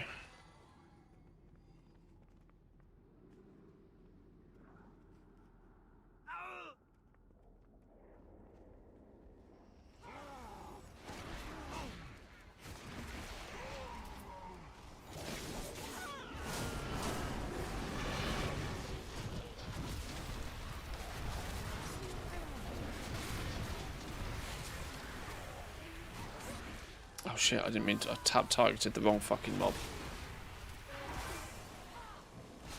First red code heat warning ever in the Netherlands.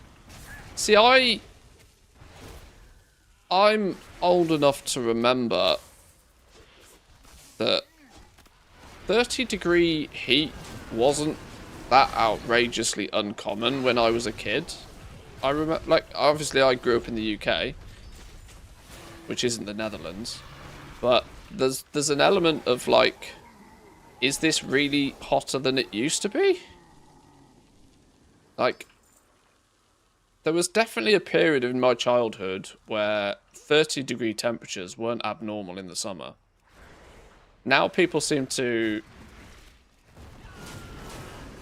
think the sun is like off course and is like something's gone tragically wrong, and I don't know. Yeah, I mean 42 is ridiculous. 42 is absolutely crazy, but my point is that like the media focus, I guess you could say, on hot weather now just seems to be way more blown out of proportion than I ever thought it used to be. Oh my god, I'm dead. Oh my god, I'm so dead. I'm actually dead.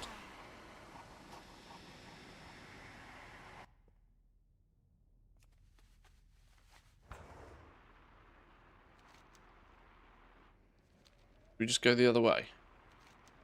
We'll just go back this way. Got to explore this way anyway for these rustling bushes.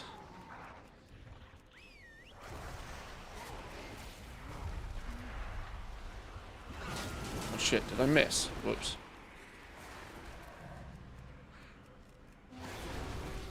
I think AC made people more fragile to temperature peaks. Yeah, I don't know what it is. Like, I do definitely feel like people just cannot deal with heat anymore like they used to. Like I said, was often surprised if you didn't get relatively consistent 30-degree heat. Now you get 32, 33, and people are, you know, acting like the sun's off course. Humidity makes a big difference for sure. And a heat wave is definitely a heat wave, but all of a sudden starting to like cancel events and all of this sort of stuff. Surely people weren't more sensible in the 90s than they are now. Surely not.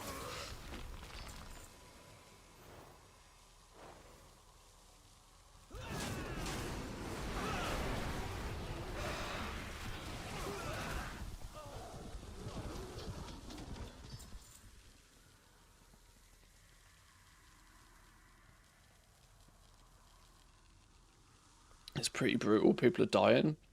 Oh, I get it's hot. It's just the seeming sort of, I don't know. People are clearly not built for it or used to it anymore.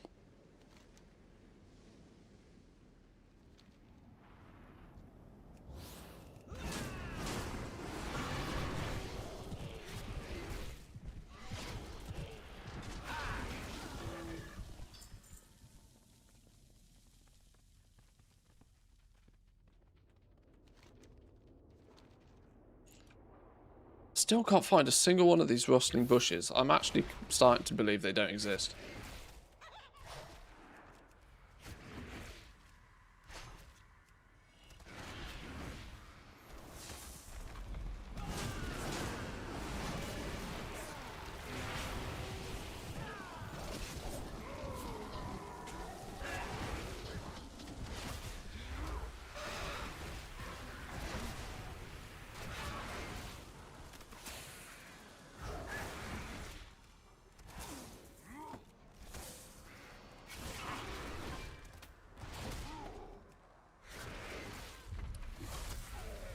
You got the option though.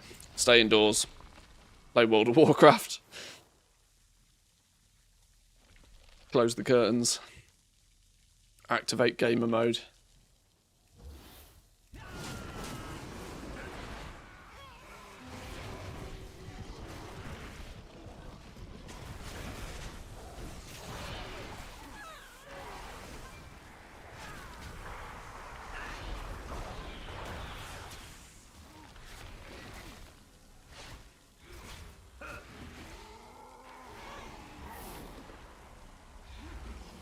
Ooh.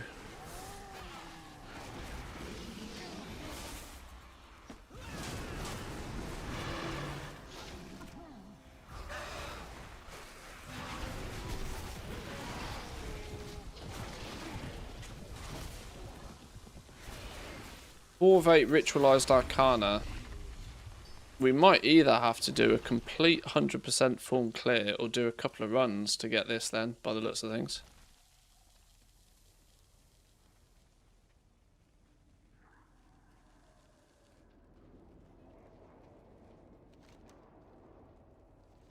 I've literally never been in this back corner.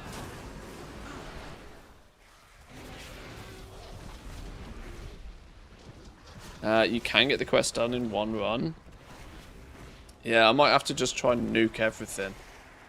Although, to be fair, I don't mind doing a few runs, because these are actually probably... Like, I mean, if you're doing them at a reasonable pace anyway. This isn't a reasonable pace, but if you're doing them at a reasonable pace, this is a pretty efficient solo crest farm. And I am short on their myth crests. There's no denying that one.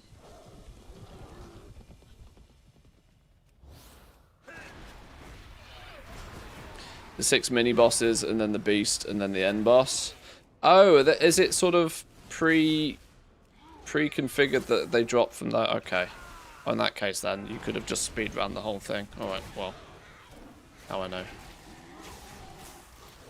We got distracted by squirrels or kittens in bushes. Be more precise.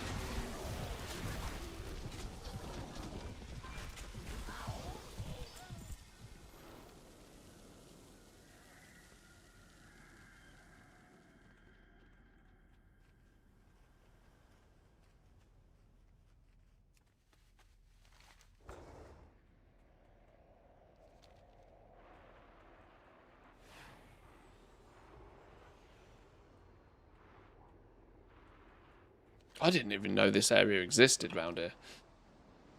I've never gone this far off the beaten track.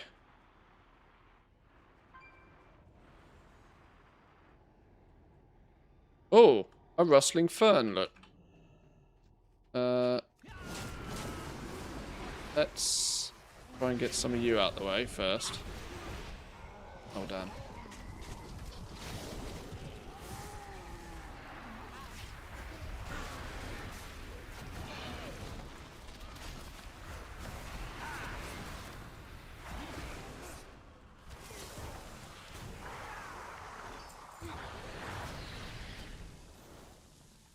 Didn't it say something like you have to then click the... You have to chase and click the cat, doesn't it? I'm going to get rid of some of this trash before I click it.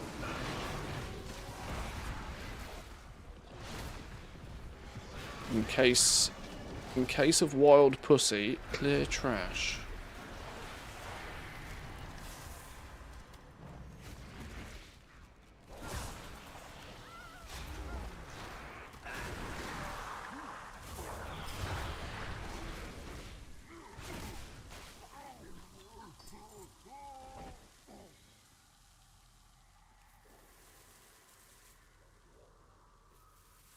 Oh, there it is. Did I... Oh my god. 'Twas fast, and I didn't click it.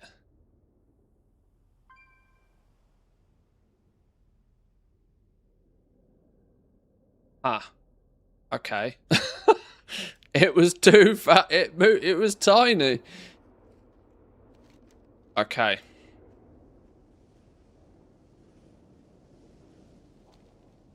Well, we know for next time. Click faster.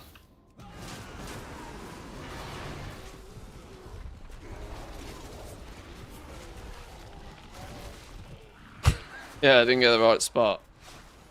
Schoolboy error.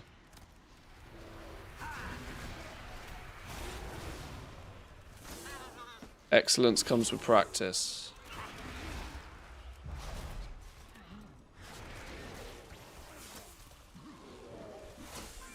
Or at least a map.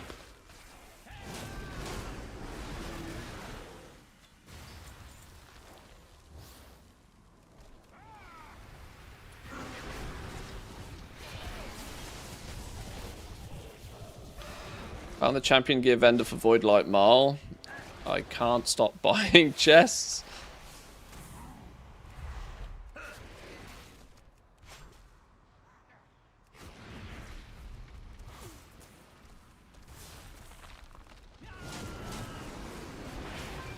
Surely you can't farm Void Light Marl that quickly or that efficiently, though.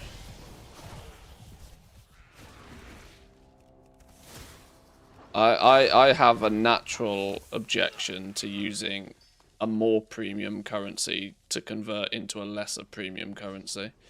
Gold is like the lowest of premium currencies. I had 70k Void Light Marl saved up. Yeah, but 70k doesn't even scratch the surface of the things that Void Light Marl can get you. And we are less than 10 minutes into the expansion. I don't know. It's the oh, I've got a rare potion in an RPG. I should save it for a rainy day kind of thing. I kind of get that, but there's also part of me that says that if something happens that all of a sudden you want 30,000 Void Light Marl and you've spent it on 10k worth of crystals, it's a future you problem. Well, that, like I said, that's a good way to look at it. Yeah.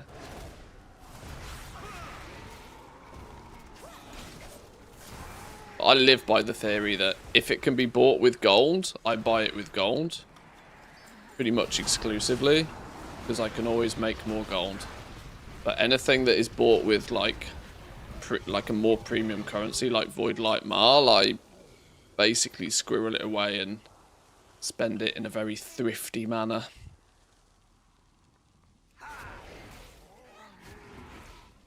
Just because I know these games are kind of geared up to make it so that you never have enough of the premium currencies. I've already collected a bunch of stuff with Voidlight Mile, but I reckon just this one season alone, admittedly this is an expansion launch season, so it's a bit more of a bigger deal, but I think there was somewhere along the lines of 500,000 Voidlight Mile that you needed to collect everything that you could potentially buy with it. And that's literally the first season of 3.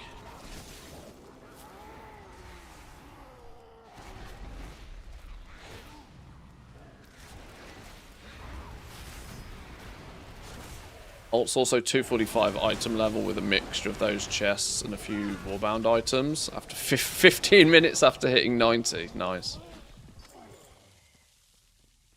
Yeah, it definitely works as a catch-up system. Definitely works.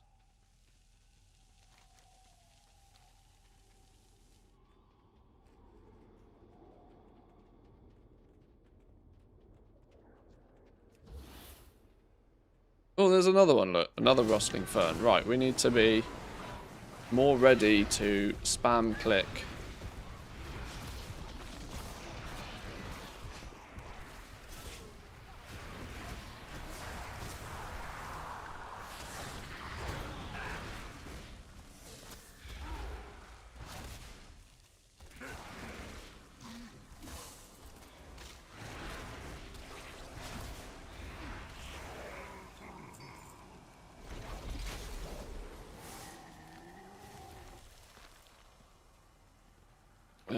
Same scenario. I'm going to clear the zone a little bit so I don't run into a bunch of trash.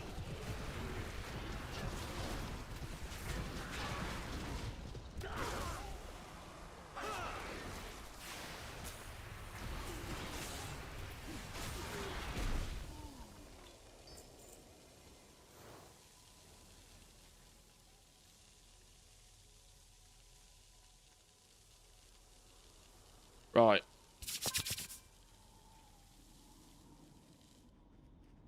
Pussy Patrol activated. Oh, it was too fucking quick. Oh, there's no way you can click that. That's actually bananas. That was on my screen for about 4 frames. Ah, scammed. Scamazed.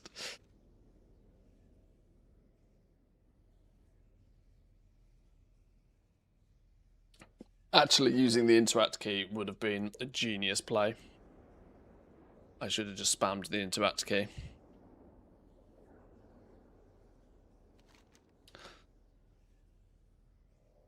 Well, we don't lose. We don't lose round here. We either win or we learn something.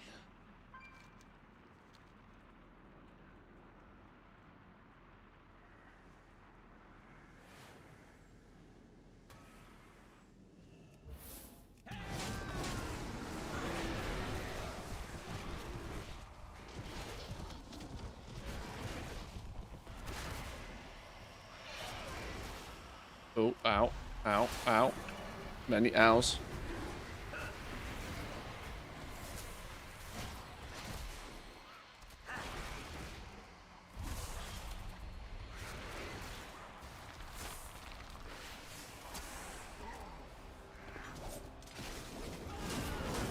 Oh, I could really do with not being hit by that every time.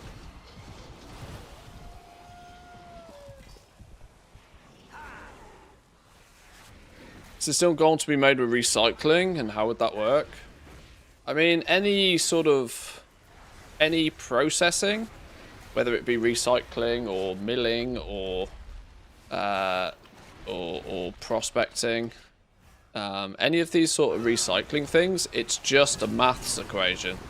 There is always profit in those as long as you get your materials cheap enough. The market usually stabilizes itself around basically 0 profit margin. Basically meaning unless you are getting your materials at the absolute rock bottom price, no, you won't make any gold. But a bit of focus on actually getting some cheap mats, and then you can often spin a profit with it. It's not so much about whether... It's not so much about the profession and the tool as such. It's about making the maths work. You got to remember, this entire game right now is 100% like spreadsheeted and mathed out, which means that the you need to have that, those tools available to you to punch some simple numbers in, or be sure of yourself that you get your mats cheaper than they have recently or maybe even ever been in order to spin a profit. But if you get your mats cheap enough, yeah, there's prospecting, milling, recycling, any of these processing. Nobody does that shit for free deliberately. At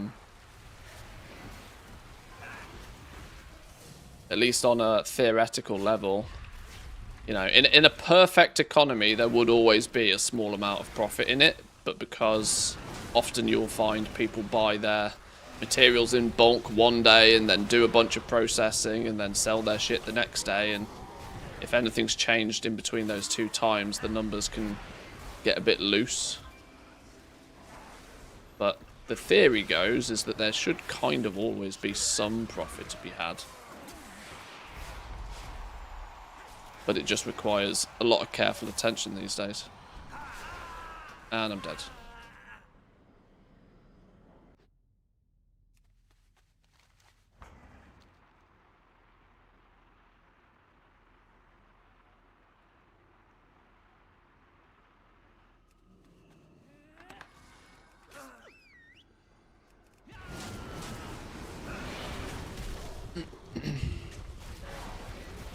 This is the thing for me, right? Like the effort required to make these processes profitable. So the very first thing you always need to do is make sure that your tools, your equipment is no worse than anybody else's. So the simple aspect of that is you absolutely need to make sure that you've got every possible knowledge point that benefits that processing skill. You also need to make sure you've got your profession tools as optimally built as they possibly can be for that process as well. So if you're not running full epic profession gear, fully enchanted, fully buffed into say resourcefulness, which it usually is going to be for those things. If you haven't got the epic profession gear, just write it off. Basically because you've already lost against somebody else who does have that stuff. So you need the knowledge points, you need your profession. This is what's referred to often as like a BIS build for crafting. You need the BIS crafting build to even have a chance these days. Simply because enough time has physically passed for people out there to have that. So if you don't have it, you lose instantly against the people that do have it. You're already at a disadvantage. But once your toolbox is the same as everybody else's, once you've got the right profession tools, once you've got your knowledge points in place, once you've got everything that you need to be as optimal as possible from the profession standpoint, then you have to start looking at the materials. Then you have to make sure that you are getting your materials on average for less than what anybody else out there is. That is also going to give you a leg up against somebody that just tries to go to the auction house and buys them at any given minute. On a Tuesday afternoon, your materials are probably not going to be all that cheap. On a Wednesday evening after reset, the materials are probably higher than they should be because they've been reset. But on a Sunday at 3 AM, you probably find materials at their cheapest price of the week. You also need to remember that if you haven't got your materials at 3 AM on a Sunday, somebody else might have done. And that's another angle where somebody else can have an advantage over you. And trust me when I say, if somebody can have an advantage over you, they have, and they will be using it. Because we're dealing with a region-wide system now. Players have had enough time to reach what I call equilibrium with their tools now. Everybody out there has had more than enough time to get everything sorted. This basically means you need the absolute BIS setup with your professions to even contemplate spinning a profit with most of these processing systems. And finally, you kind of just need to know the conversion rates and know the numbers.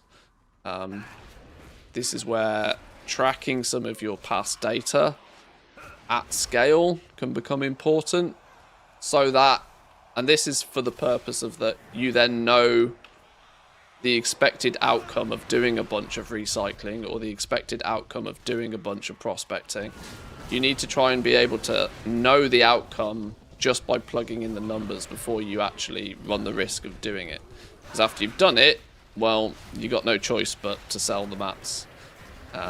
Once it's done, it's done. But this is why people put a lot of time and effort into like spreadsheets and add-ons and stuff like this to 100% give themselves the peace of mind that if they buy their materials at this price, they win, and if they can't get them at that price, then they shouldn't try.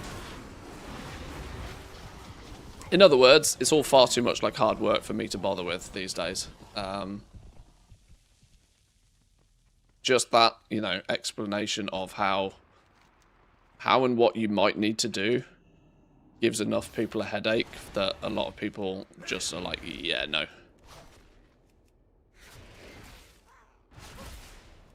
I don't blame people.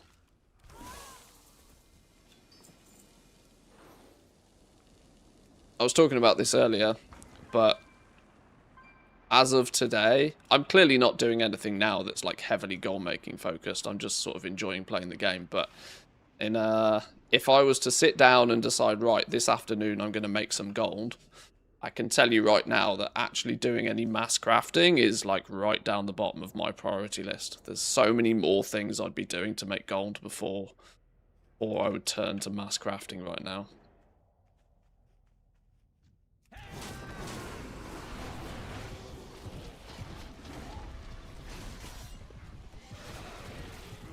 And that isn't to say that you cannot make gold with it. I'm just saying that there are significantly easier and probably more profitable ways in which to do so. I listed 3 earlier today. Majestic hide skinning is still an easy win.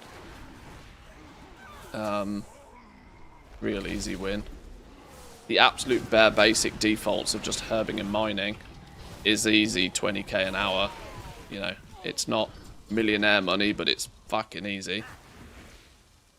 Wombo combo that with some decor farming, get your lumber collection up and running though, that's a win. That's cash in the bank there, because nobody really seems to have realised just how profitable decor is. Not properly yet anyway.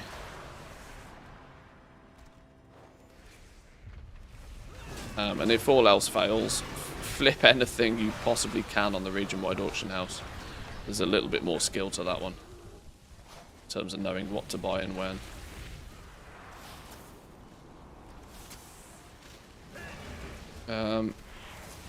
This is the thing I need to be careful of, standing in that. Not standing in the corrupted breath, standing in that as well. Oh my god, this fucking pigeon. This thing used to kill me in tier 5s.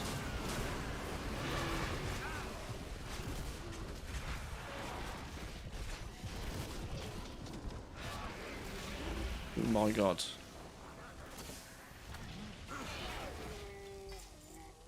Is that number 7? Yeah, now the boss for number 8. This one ritual is taking me fucking ages. Too many squirrels in here. All this effort, I'm plus 7 million this expansion just playing the game.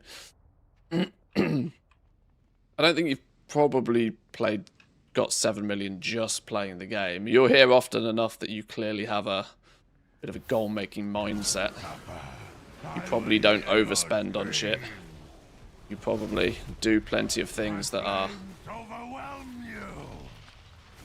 worth doing. But yeah, there is actually there's an awful lot. There's an awful lot of. I mean, to be fair, it does happen every single expansion, mind. But there's a. Oh my god, this hurts if I get caught in this. Every expansion, you see at about this time, everybody's saying that the expansion's far too expensive. Nobody can afford to play the game. Then you find out all they actually do is they log on, they run 3 Mythic Plus dungeons, and then they log off. And I'm like, yep, there's no surprise there. You have no gold. I was just beginning.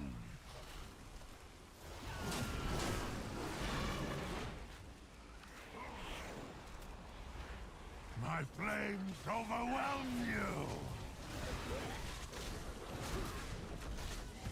This is seriously scrappy. Oh, that wasn't the thing I was meant to interrupt. Whoops. Nuke his ass!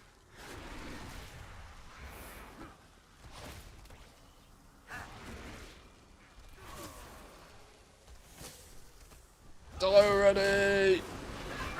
Oh, finally. Oh, what was this? Clinical ritual work. Disrupt both tier 6 with 8 challenges. Oh, yeah, of course. This is actually the first time I've done this one on a tier 6.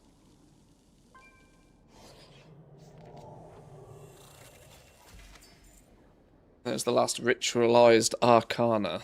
Lovely stuff. We must have got a fair amount of dark particles from doing that actually as well. We cleared like the whole zone nearly. Where are they? 182. That's enough for a goodie bag at least. Most of my gold comes from the Harandar and the Abundance Weekly. 4 minutes a character, 4 to 6k gold. Add that to gold from World Quests and you're pretty much good. A lot of delves, gear up alts, make a lot from the roots. Yeah, if you actually sell all of like the random ass materials you pick up, you do pretty well as well.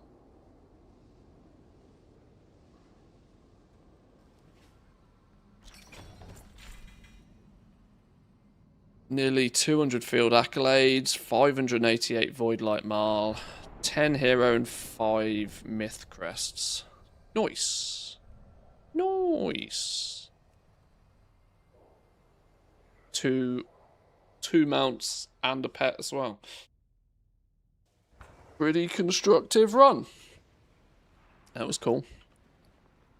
Let's guess we got to go hand this in back up here somewhere, right? Yeah, there we go.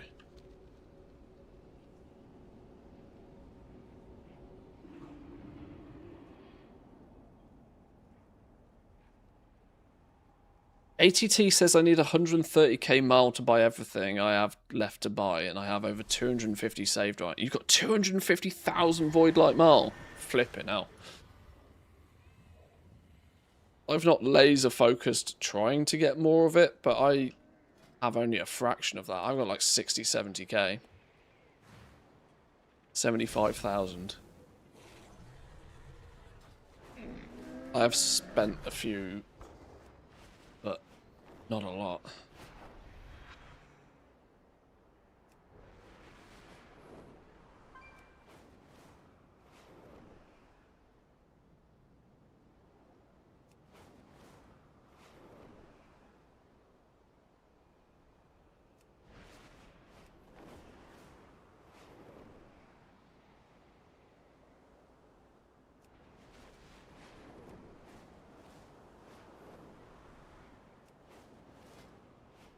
Oh, this is a choice one.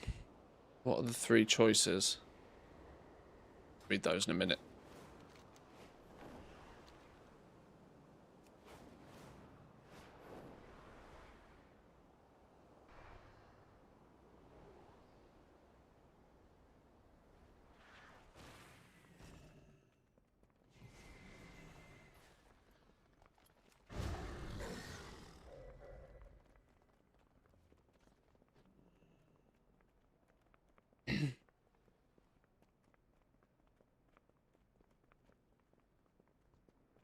How do you track how much mile is needed?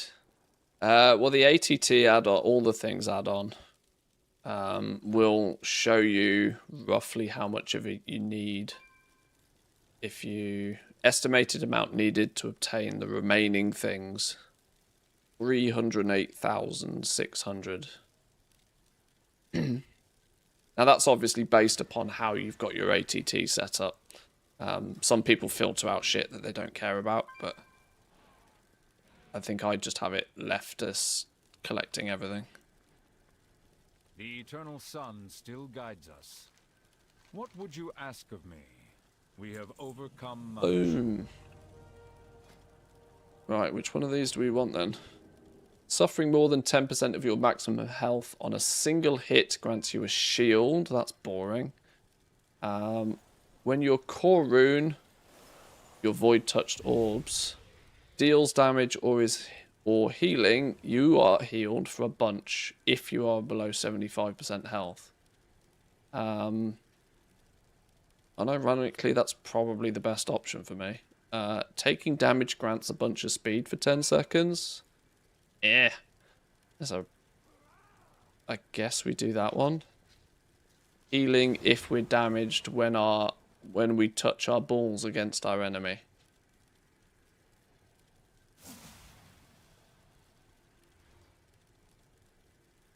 What do we get next week? Your core rune deals an additional amount of cosmic damage to an enemy or an additional amount of healing to an ally. Now favors targets that are unaffected by your rune of lingering. Okay. So it'll spread, basically it spreads the dot out. Okay. Nice. Nice.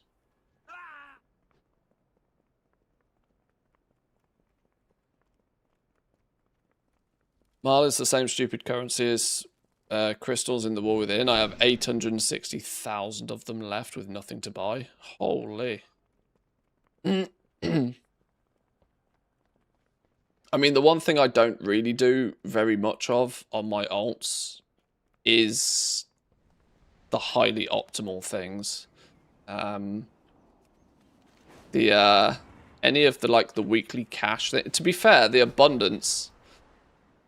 the weekly abundance run now, or to be fair, kind of always has been, but doing one abundance run on every character to get that weekly quest done every week is probably one of the most efficient goal-making Void-like Marl farms you can possibly do. Since it takes literally 3 minutes. On alts that you're not particularly using, just leave it standing at a flipping... leave them standing at the entrance. Or you got the toy to instantly port you there anyway.